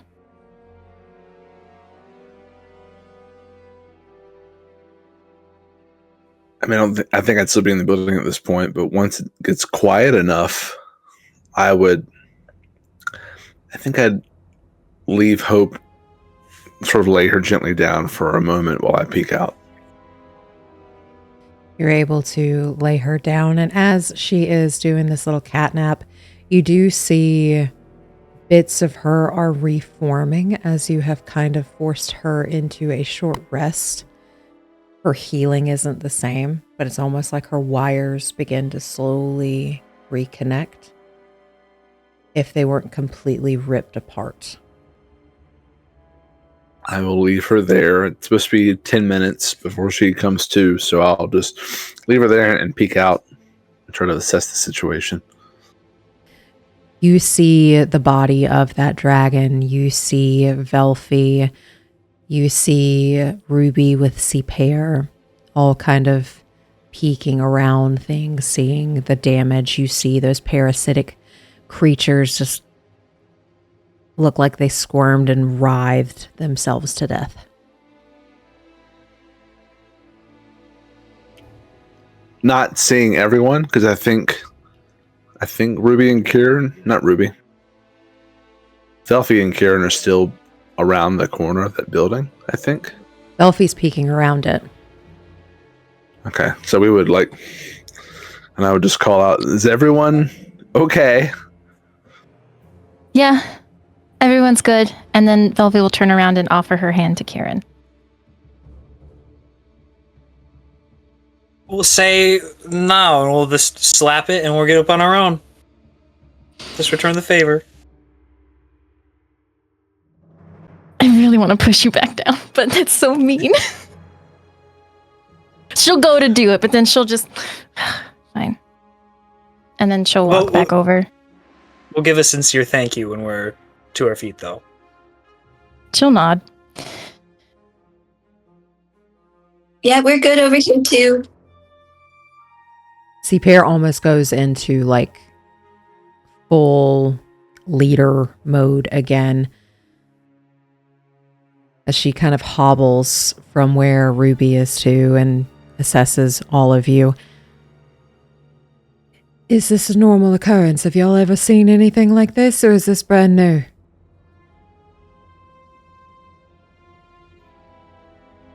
Brand new for me. The dragon's new. But I've experienced the little infection before.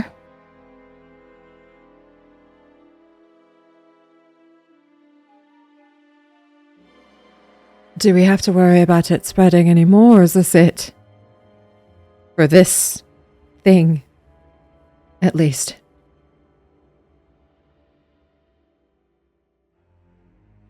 I mean, it looks like whatever those things were died. I don't know. I don't know about the body. I don't know what just leaving it there would be good, or if there's... I don't know. I don't think we should just leave it in the middle of Esarora. I don't know what kind of infection can come from a dead... whatever it is. What's the state of the body? I mean, it's huge, but is it decaying? Is it evaporating, or is it just sitting there? It's sitting there, but it looks like roadkill that has just popped. Its face has been just gnawed and eaten away. This is going to sound kind of amateurish of me. It is an amateurish question. What's the process of casting a spell directly from your spell book? As long as you have it prepared, you may cast it. I don't have it prepared. That's the issue, though. You have to take a long rest to switch those spells up. I mean, in the absence of that, look, I can try to burn it, which is all I know to do with this type of organic matter. I don't think we can move it as is, but I agree with not leaving it here. Not in its current state. Fire tends to purify. You sound like you had a different idea before that. Practically speaking, I have a different spell that burns larger things. I don't have it memorized. I would need some time.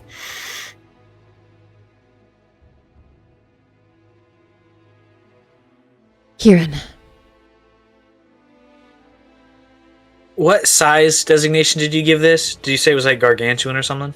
It is gargantuan. So it is taking up a huge space. Unless...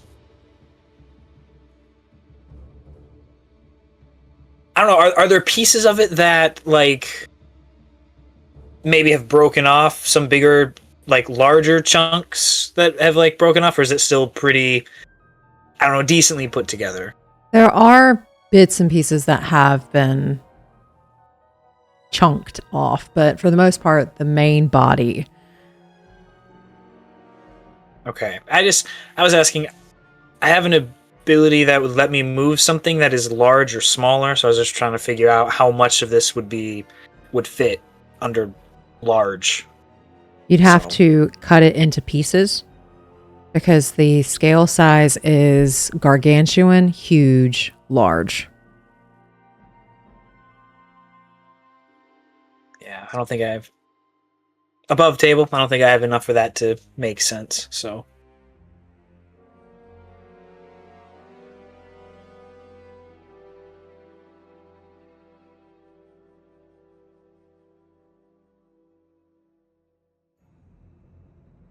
I don't know if it applies or not. Apparently, they made a change in 2024 that wizards can do it one spell after a short rest, but I don't see it on my sheet anywhere.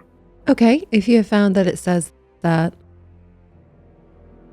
I haven't done a short rest though, so you could start taking one. I'm just going to sit down, take a load off. I really just want to prepare a wall of fire and try to burn it.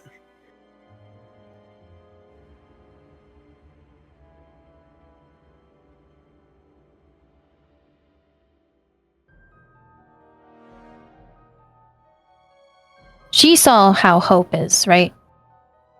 She would have seen Hope kind of falling apart. She'll ask where Hope is. Hope is in the evocation building where I just came from. She's resting right now. She's in better shape than she was, but she has taken damage, if that's the best way to put it, and I don't think I'm capable of helping her beyond what I've done. I don't know if anyone is... I would look to see Per and say, I don't know if anyone in Limbo is skilled with mechanics or tinkering, machines of any sorts. It's different from traditional medicine. Well, we have the 3 kids and we have our own artificer that can look into something like that, but she has been very different entirely. So we can definitely look into that because of all the help she has given us. She's very selfless throughout everything, so I think we should do what we can to ensure she's taken care of.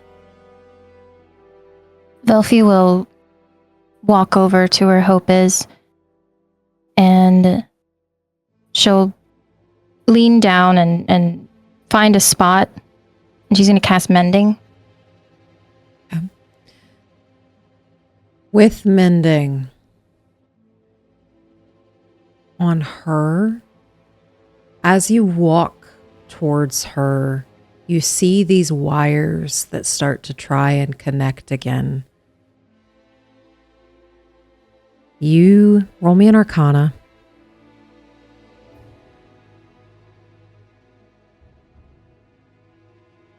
Twenty-three.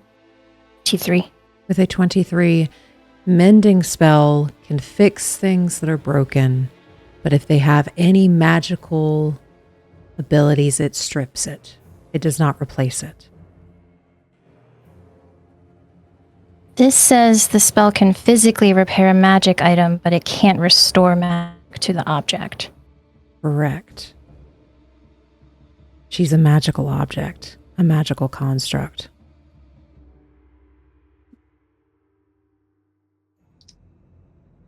Mending won't work.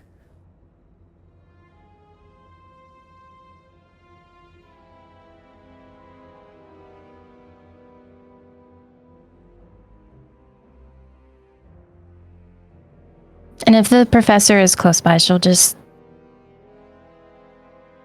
spit out of my scope. I don't know either. Hopefully someone else can do something to help her. I think she'll be okay. I would just like to get her back in her more comfortable, normal state. Yeah. Well, I guess let's get her inside. I'll go to lift her again and take her to where everyone else was being funneled into the other building. Is everybody following? Yeah. Indubitably. You carry Hope into the practice hall. It has been longer than 10 minutes. She is not waking. But you see those magical wires still forming and twisting around each other. And as long as they're connected, trying to pull the pieces back together. But she doesn't wake after the spell ends? No. Well, I've never used this before, but it's not supposed to work that way. And I'll try to rouse her. You try to rouse her and she is not currently waking up.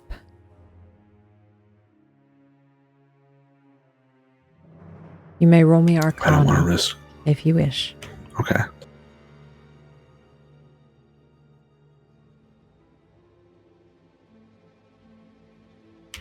Natural 1 for an 11.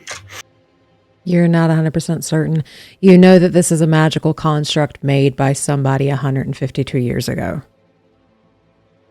She was incomplete. She can't heal herself. You're not 100% certain what's going on there. The mending spell doesn't work. Healing spells do not work. It looks like being forced to take some kind of cat nap seems to be working. But Hope is very damaged.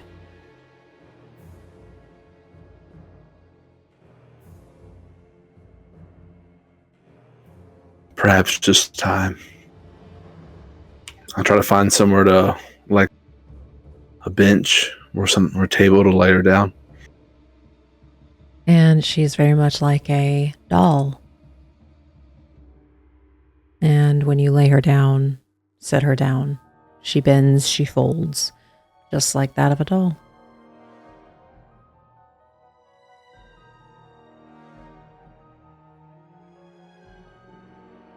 I'll sit down near her and rest.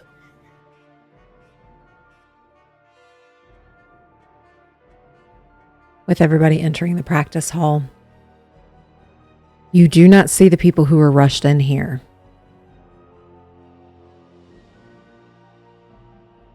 Not at the front.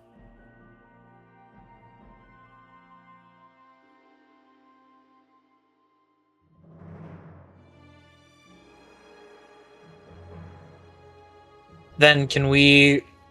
I'm not sure how much further it goes exactly, but then can we walk in a little further just to try and find just like a visual, just to be sure that everything is okay? Since you have not been in the practice hall before, as you walk in a bit further, you still do not see everyone. You see it's circular in shape, and the walls are decorated with banners from each school of magic. It seems to be like the circular loop with multiple practice hall assemblies. This was meant for wizards to test their magic. Roll me an Arcana check.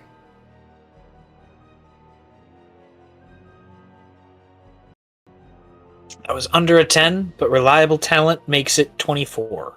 Oh, shoot. Okay, with a 24, you've probably heard about these types of situations from a short little fellow with his turtle. These are very potent magic can be cast in schools. Most schools have to have some kind of fail-safe, some kind of protection for if things go massively awry, which is pretty commonplace for wizarding schools. They typically have an underground basement, an underground bunker, if you would. Sea Pear, noticing that you are walking around, she will. They are underneath. I think it's about 30 to 40 feet down. They should still be safe. I don't know if I am comfortable with bringing everybody up until that thing is gone. No, that's fair. I just wanted to double check. Just that everyone is somewhere we know and safe, so. Yeah. Thankfully. We wouldn't have gotten them in as fast as we could without you all either. Yeah, happy things played out the way they did. And it's smart to have a little bunker down there just in case. Hope has definitely helped us a lot. Sure, she'll continue to.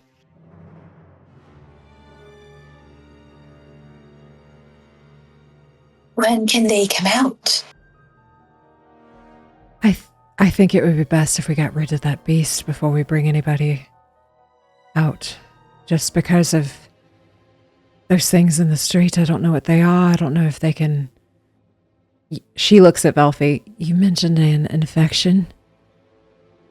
Causing an infection. When you're bitten, there's a chance for it to transfer an infection. And it goes for your soul.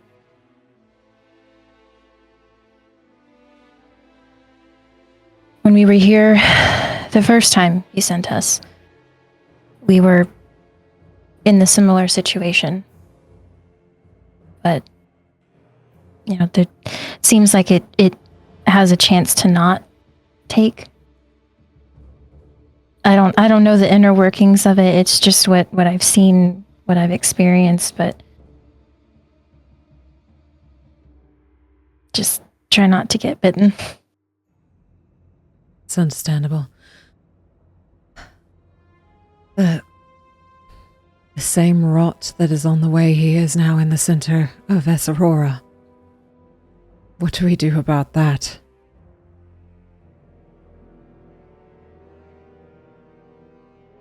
There's a chance that it could just not spread. There's a chance that if it's spreading, removing the corpse would stop it, but I don't know how any of this works.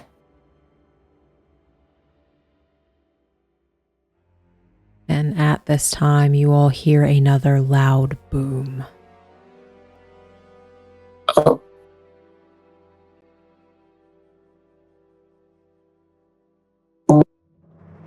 Can we try and carefully slink our way outside to see what the new big boom was?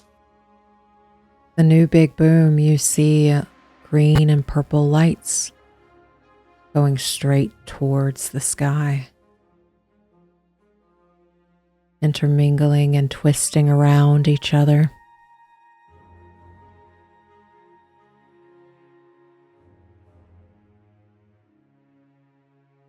I assume, does it look any more violent than what we've seen it before, or is this kind of just more of the same? It's more of the same, but it's almost like now, every time those lights go up, you're hearing that boom.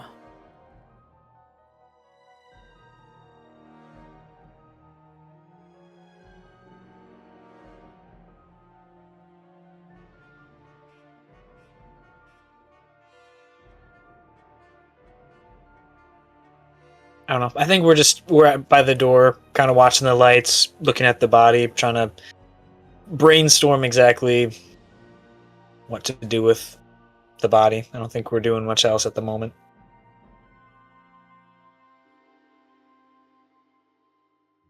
Seapair will ruffle her wings. It is getting very close to here.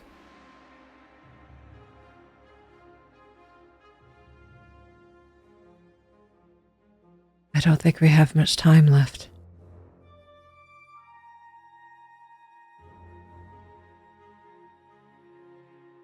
I think as soon as we secure the area and rest, we should make our way towards the lights.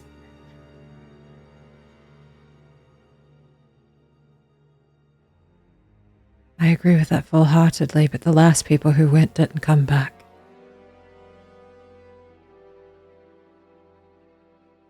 What choice do we have? I hate to put that on you, but I don't know of anyone else who could do it.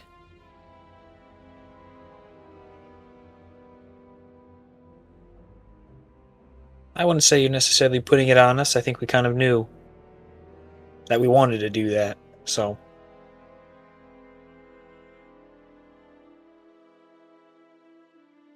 You don't have to ask, basically.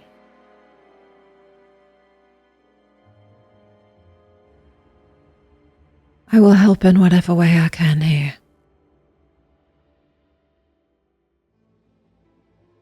Sorry, I cannot be of more use.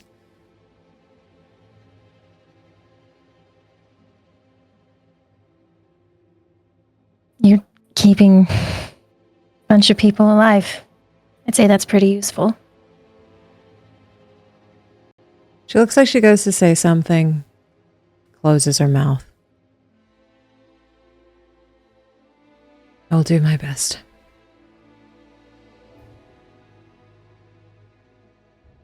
After all, everyone here will have to help rebuild the land once all this is over. And we will owe you a debt that I don't know if we can ever repay.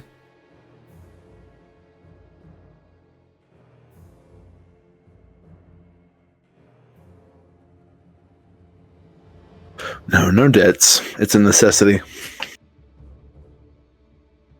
Most people wouldn't look at it that way. So I thank you.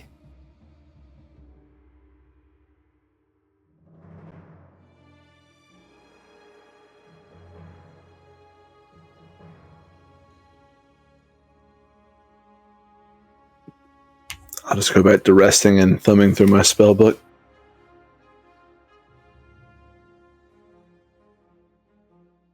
Velphie will walk over to Seapair and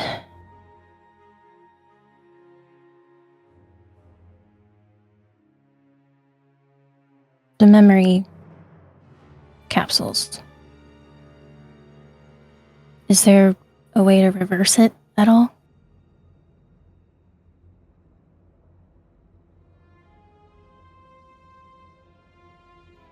There's only one. I guess two. We tried to make it as much of a fail-safe as we could. Why?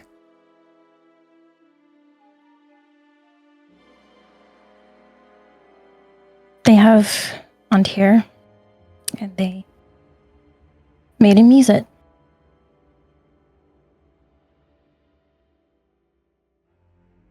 Then it served its purpose, didn't it?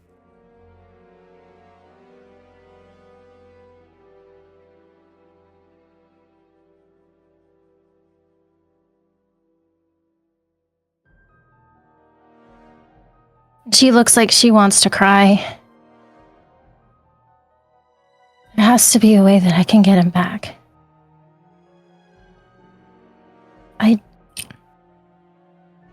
I've lost everyone, and he was the last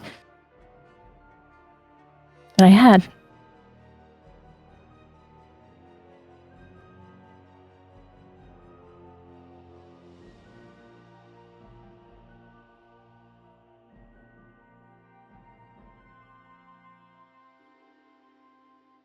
As long as he's in their clutches. It's not good to remove that, I don't think. But there is a way. You said there were possibly two. Yes.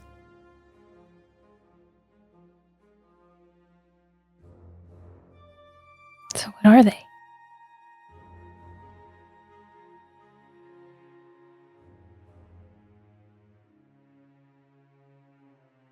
I hope you wouldn't use it until they're all gone.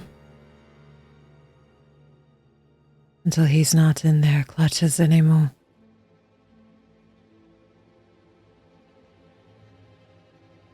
Because that puts us all in danger if not.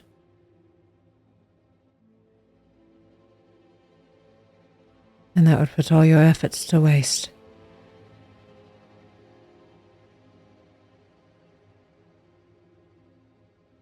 I know.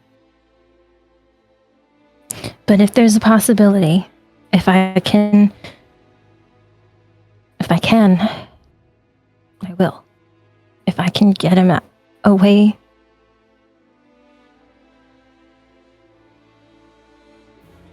And if you can't,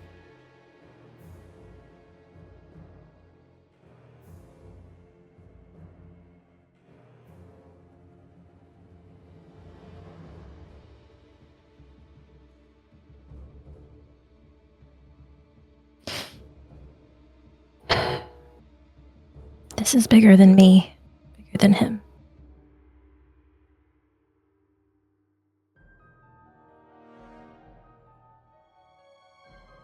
there is a wish spell that can get rid of anything or bring anything back. It's the most powerful magic in every plane of existence. It does take a lot of the user, though. Most likely can only ever cast one.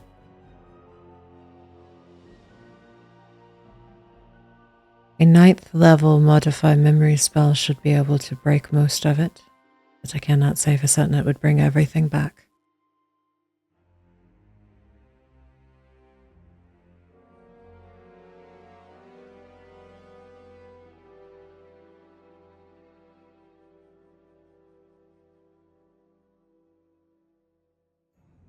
Thank you.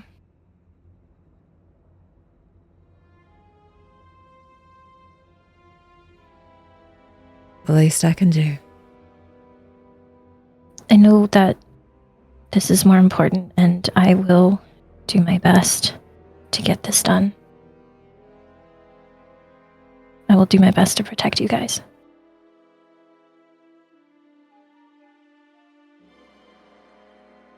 She gives a little nod. And then she starts pretty much pacing that circular hallway. So every 10 minutes or so, you'll see her walk back around. And some time does pass. Professor Friedrich, you are able to take a short rest and get that spell if you wish. Yes, I do wish. Also, when does my modified HP max go away? I think at the end of a long rest, right? Okay, cool. After that hour, I'll rise and I'll just say quietly, I'm going to go burn the body. Please keep everyone away from it. I mean, anyone's welcome to help, but I don't even know if it's safe to breathe.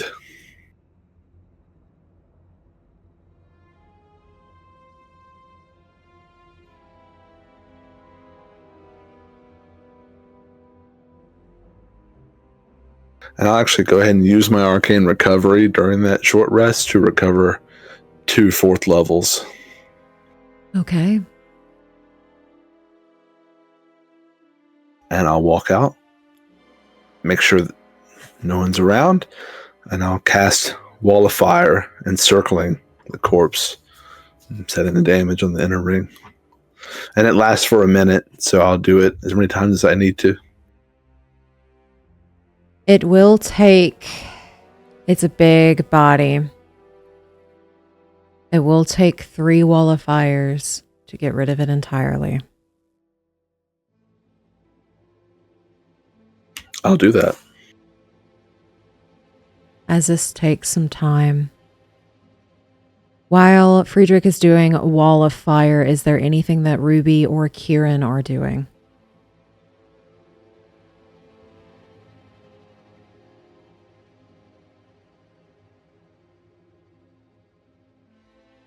I think Ruby would ask the pair if there was any way to check in on the people that were fighting in the practice hall. There's always magical means to do so. I do not have it. But Tara would have let me know if something was going wrong. I haven't gotten any notification from that. Hey, that's really good. And maybe I'll talk to Velphie then. I just would like to let someone know that I'm alive, but I don't want him to come out while the dragon worms are around. I understand. Hopefully we won't be in this limbo for much longer. Oh, I think I get it. Why it was called Limbo. Okay. I see what you did there. Okay. She'll awkwardly leave and go check on Quirin. You look a little extra goopy.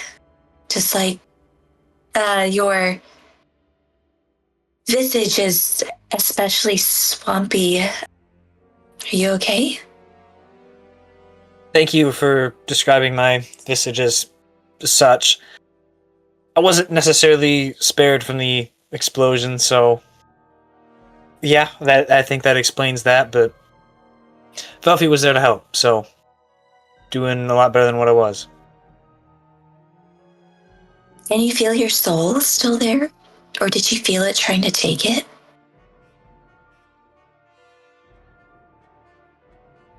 I think there was an attempt. I'll be honest, I don't really know what it's like to be soul-less, so, I mean, I feel the same. I feel whole. Can I insight him? Roll whatever you think is applicable. Oh, Deception, persuasion, whatever you wish. Got a 20. A dirty 20. that's great. I rolled my dice. It ricocheted off the side of my tray and slingshot across my room. I just got a natural 20 on the other one, though.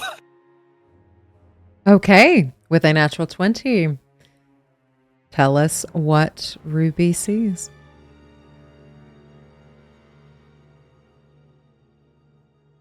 Everything he's saying is genuine. He doesn't really...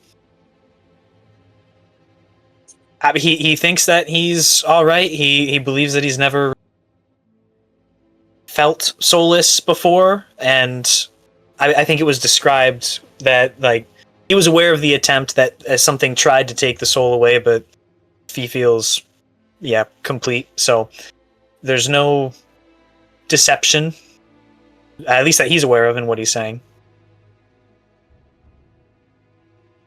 Okay, good. You know, it's weird. I couldn't really tell that Velphie didn't have a soul for a long time. But I think you're a lot of soul, Quirin. I think it would be different for you. Not that you're not strong like Velphie. I just don't want you to get hurt. So I'm glad they didn't burrow down into your skin and down into that secret pocket where it lives to eat it all out. I'm glad you're okay. Thank you. Yeah. If one were to be soulless, how would you know? Are you just numb to things? Do you not feel the same? What I don't want to get too deep. What intricate part does a soul play? I don't know. I don't think Velphie's soul was eaten. I don't know where it is or potentially who has it. But I feel like if your soul just disappears, a part of yourself isn't there anymore. That's what Little Blue says. She says, broken, broken, broken, over and over, and doesn't seem like a great experience.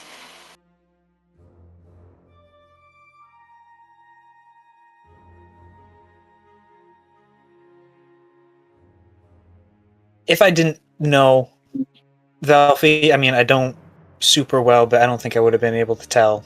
She's lacking the soul department either. Did you not know? Did I accidentally tell you?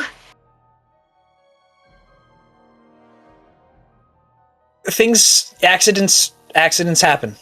Accidents transpire. So should you just pretend that she has a soul? I don't think I should have told you. I'm sorry. And Ruby is very pale, but now she is extremely pink. Well, don't apologize to me. I apologize to her. If you need to apologize to anyone, but I mean, when did she lose her soul? How long ago was this? I don't know. She didn't tell me. She just told me she didn't have it. Velphie, and she's gonna just scream out. No, I told Quirin your secret. No, it's like I assume I've known her the entire time without a soul. This doesn't. I mean, I know more about her, but it doesn't change anything. She's still who I know her to be. Yeah, she is. Yeah, she is. She still helps people and loves people. Yes, she does all those things, and she's wonderful. And now she just might not trust you anymore. I'm kidding. I just got back. No, you're not. No, you're not, Quirin. I am kidding. That was a joke. Welcome back. Okay. Oh, I feel so guilty, but also I'm so tired. Velphie, we're gonna rest. Yes. Velphie does her best to take care of people. And from everything I've seen of you, you do the exact same. It's like you don't need a soul to do those things, I guess. And you both do it wonderfully. Yeah, so do you.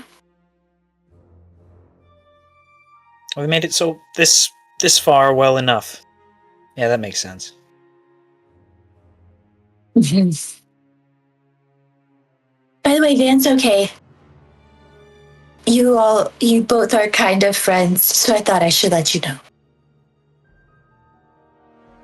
It's more of like a we know of each other, but I'm glad he is. Didn't doubt your ability, so wasn't even a question to me.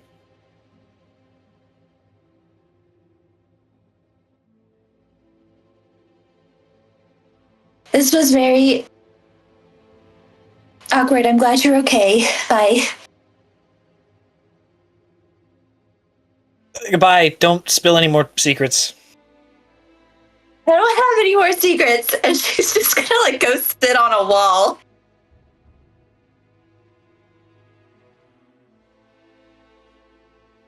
And you're able to spit on a wall. I think, Velphie, you hear that.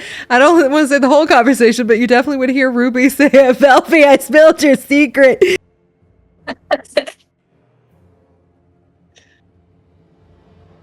I think Velphie is still kind of thinking about the conversation with Ciper and trying to work through her having to, if it comes down to it, decide between saving everyone or saving Antir. So she's probably not really paying attention, just kind of having that inner battle. And I will say at this time, Professor Friedrich, you do finish burning the body.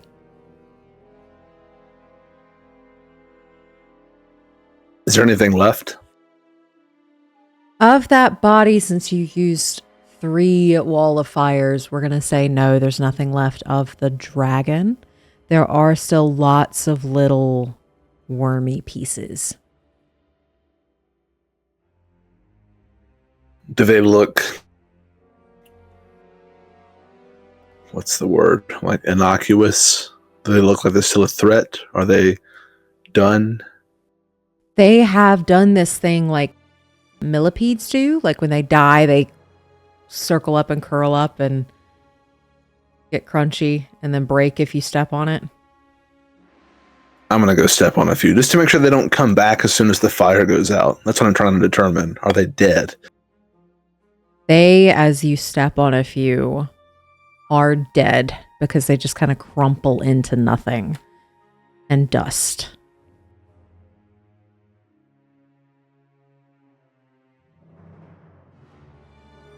I'll head back into the practice hall and let people know that the corpse and the worms are ash.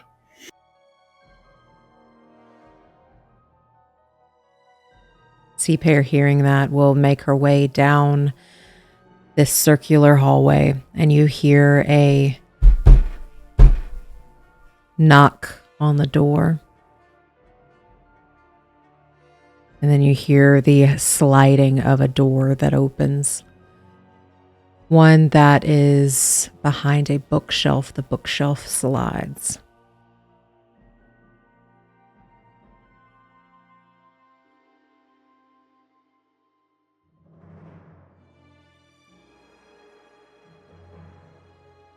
Do people come out or does the door just sit open? People will start to make their way out. Kara will actually make her way bolting up the door first. And you see her like scurrying around the the hallway. And she runs so fast she starts to slide a little bit as she sees all of you. Oh, good gracious. Okay, you're okay. Everything's fine. Y'all didn't burn to pieces, because I think that's what dragons do anyway. So, oh my god, okay, we're fine. Everything's okay. And you can see like she's steaming a little bit as she is a water genasi. And she's almost like boiling water.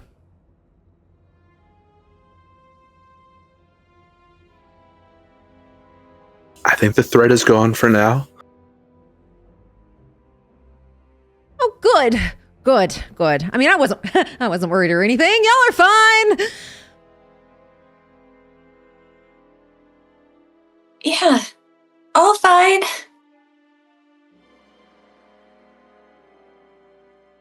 Of course. How is everyone down there? Panic didn't take over. Everybody's okay.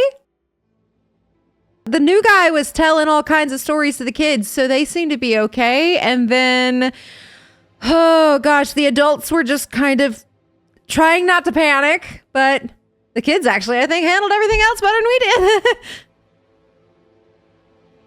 Also, they wanted to, after a while, play this game called Keep Away. I don't really know where they learned that.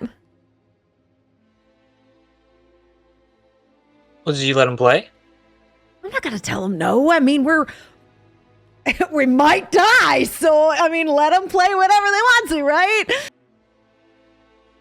That's good. Yeah, you didn't tell him that part, right? I don't think so. Oh. Other people start to make their way up the circulish, or through the hallway.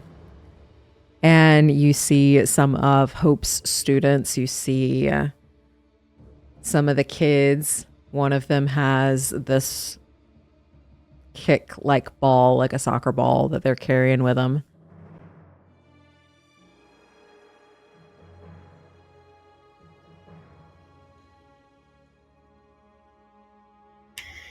Do I see Kalandra? After some time, you do see Kalandra makes her way up the stairs. And when she sees you and Velphie, she'll quickly rub Velphie's cheeks, check you over. Okay. And then she runs to Friedrich and gives you a very tight squeeze. I'm glad to see you're okay. Yeah, we're okay. It's been a very, very busy couple weeks now. Are you okay? Where's and she looks around. Where's Antir? I'll just glance over at Velphie.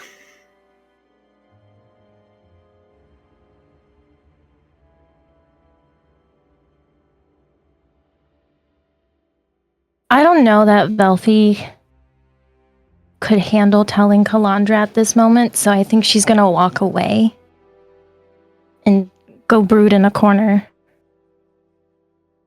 I think seeing that, Kalandra can't pick up on exactly what's going on.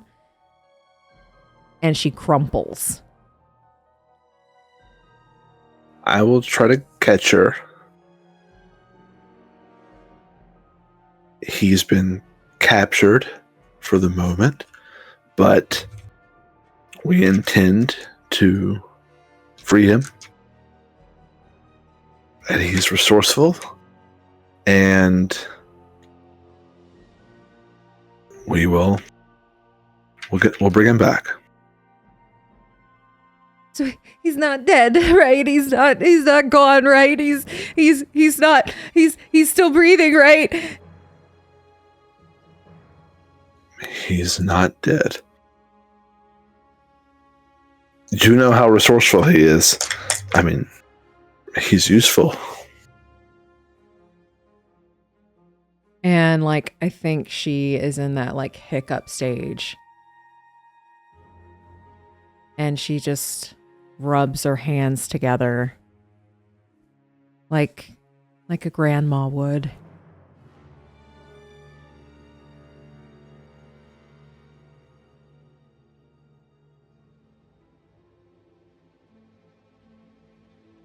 I'll try to get her over to a chair or something so she's not just crumpled on the floor. And you're able to do so. And you see 3 kids, 1 suit of armor really, and 2 kids, 2 halfling kids, are talking about some inventions that they plan to make. Maybe they can help next time if a dragon shows up. And lastly, towards the back, Van hobbles to where everybody is. And when, I think you all see this, when he sees Ruby, that it's like relief.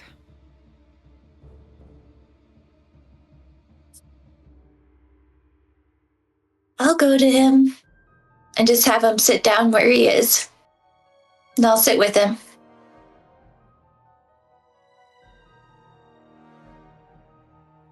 Ken, you could do it. Yeah, of course. I can tell. Well, what kind of person would I be if I wasn't worried? I don't really know. But it's all taken care of, and Friedrich burned it, so it's all gone. Oh, you didn't want to keep any of its parts? Oh, it was infected. I've always wanted to try dragon meat. I've heard it's very good in stew, but this was kind of nasty. Oh. Can they say I thought of eating it? You could sell some of its parts. At least. If it wasn't ash. Yeah. What was it like? It was really big, and well, it had this tail that had this round thing at the end with all these spikes, and it would whip it everywhere, and it could fly really high, which obviously it's a dragon, of course it could fly very high. But it also kind of made you feel like little bits of yourself were leaving. It hurt quite a bit if you got hit by it. And then at the very end, Hope told us we should run, and I did. And there were all these worms everywhere. It's kind of cool, but at the same time not, you know? Or it's like if the worms were like candy or, I don't know, like bats, it could have been really nice. I can't say that fits the storybooks. This one was different. Half of its face was completely gone. What ate it? I guess whatever's out there. The lights. It's a good thing you were in here. Yeah, I think I'll stay with the coward on that one. I'm happily be the coward on that one. That doesn't sound like something I want. Can I say I want to see that? I heard that you were potentially helping children, so still noble. I mean, I can say that's right. Yeah, we both did. And she'll just put her head on his shoulder. He'll put his head on yours. And you did marvelous. Yeah. But there's more to do. And we'll have to probably go tomorrow, so we'll rest and then figure out what's next.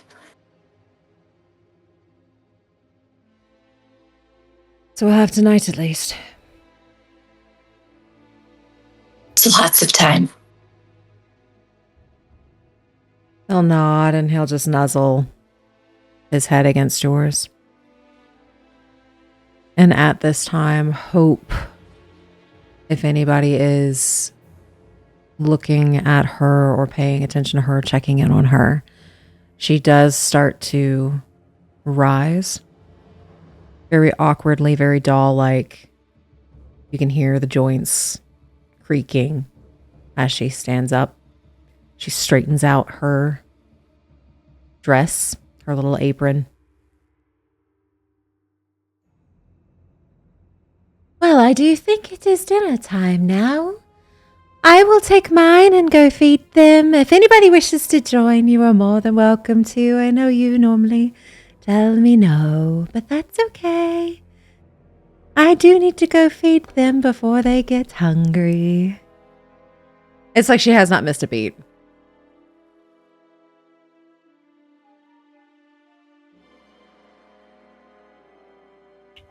I appreciate the offer. Enjoy dinner. She will pull out this little dinner bell. She will ring it. And you see all of those monstrous, like, students with the long snouts, sagging skin, very dead-like eyes, start to drool. And they will follow her out the door. As the dinner bell has rang. And they just look absent-mindedly, like the only thing that matters is the dinner bell.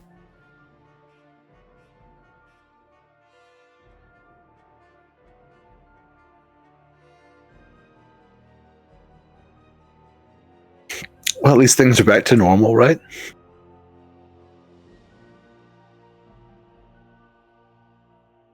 Can I find Kara? Yeah, Kara's easy to find. Rambling about something very quickly to someone else. That mouth doesn't stop. Kara's a cleric, right? Kara is not. Hope is a cleric. I thought we had two. Okay. I'll wait till after dinner service. I won't bother Kara. I'm sorry, I thought she was a cleric. Kara is a druid. And if you're waiting for after the dinner bell, is there anything else anybody would like to do before Professor Friedrich goes and finds Hope after dinner?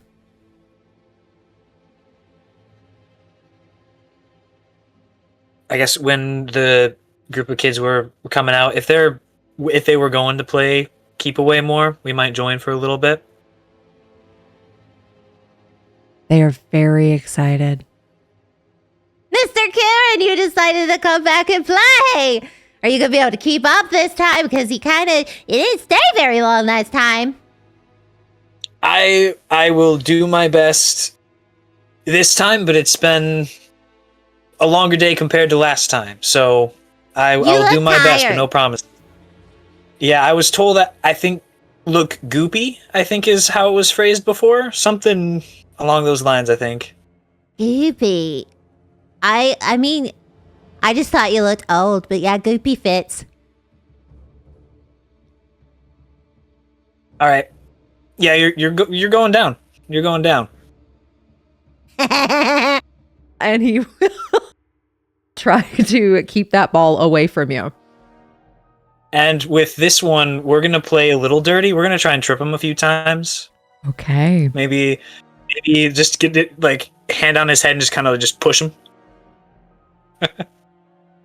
Roll me a sleight of hand. Okay. Tripping and pushing kids around? Gee. Yeah, you got to be a little bit of a bully every now and then. Oh my god. And in a fun way, hopefully. Bully in a fun way. That's a new one. I got a natural 20 to trip the kid. You trip him. He falls flat on his face, like to the point of where the ball, like head hits the ball and he bounces back up and lands on his butt as you trip this kid. And because you do it so well, some of the other kids that are playing takeaway see that you trip him and they will dogpile you. I think, first of all, with the natural 20, to trip the kid is a 40 with everything. That kid is dead. Okay. Please don't kill him. I don't want him dead. I think after we trip him and we do so a lot better than what we were trying to do, I think we get a little, oh shit, oh sorry, and we're trying to help him up, but then get dog. As they do dogpile you, and everybody is laughing and giggling with a natural 20. The way you do it so well, no one gets hurt, but they do go and dogpile Mr. Quirin. And they are just having a blast. Like, they didn't quite realize that they could have died a few hours ago. Like, they just think that this is some kind of adventure and they're just having fun. And that's the way we intend to keep it for as long as we are. And with that, is there anything else anyone wishes to do before dinner is over? You may eat with Hope if you wish. Most people don't.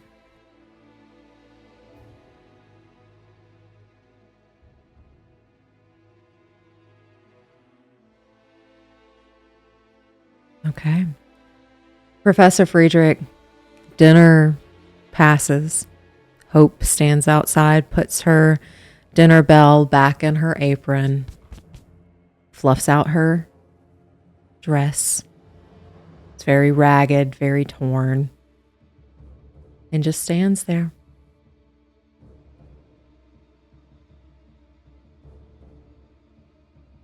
I hope if you have a free moment, if I could ask your assistance with something.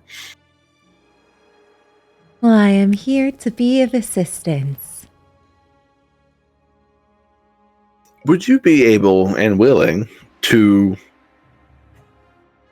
bless a basin of water? Well, do you need exactly a basin, or is there... I mean, I have somewhere else that could be of use. Rather than a basin, if you wish. I need enough to submerge a stone in, roughly the size of a grapefruit. But I don't know what will happen to the water afterwards. If you have some sort of spring or well, I wouldn't want to corrupt it. It's related to what you saw out there with that dragon. Oh. Well, I have a place I can show you. There's a lot of it, and you can take as much as you need. By all means. It is a little outside of Esarora. Is that okay? It is close by. How far outside? Not too far of a walk. I usually make it every evening. Or every morning. An hour, 10 minutes. There's no such thing as a ballpark. Rough estimate. A rough estimate. I don't really count the time. I have no need for it. But it, I don't think, is long. Okay. I'll follow you. Okay. Is it just us? Would anyone like to accompany Hope and I to a source of blessed water?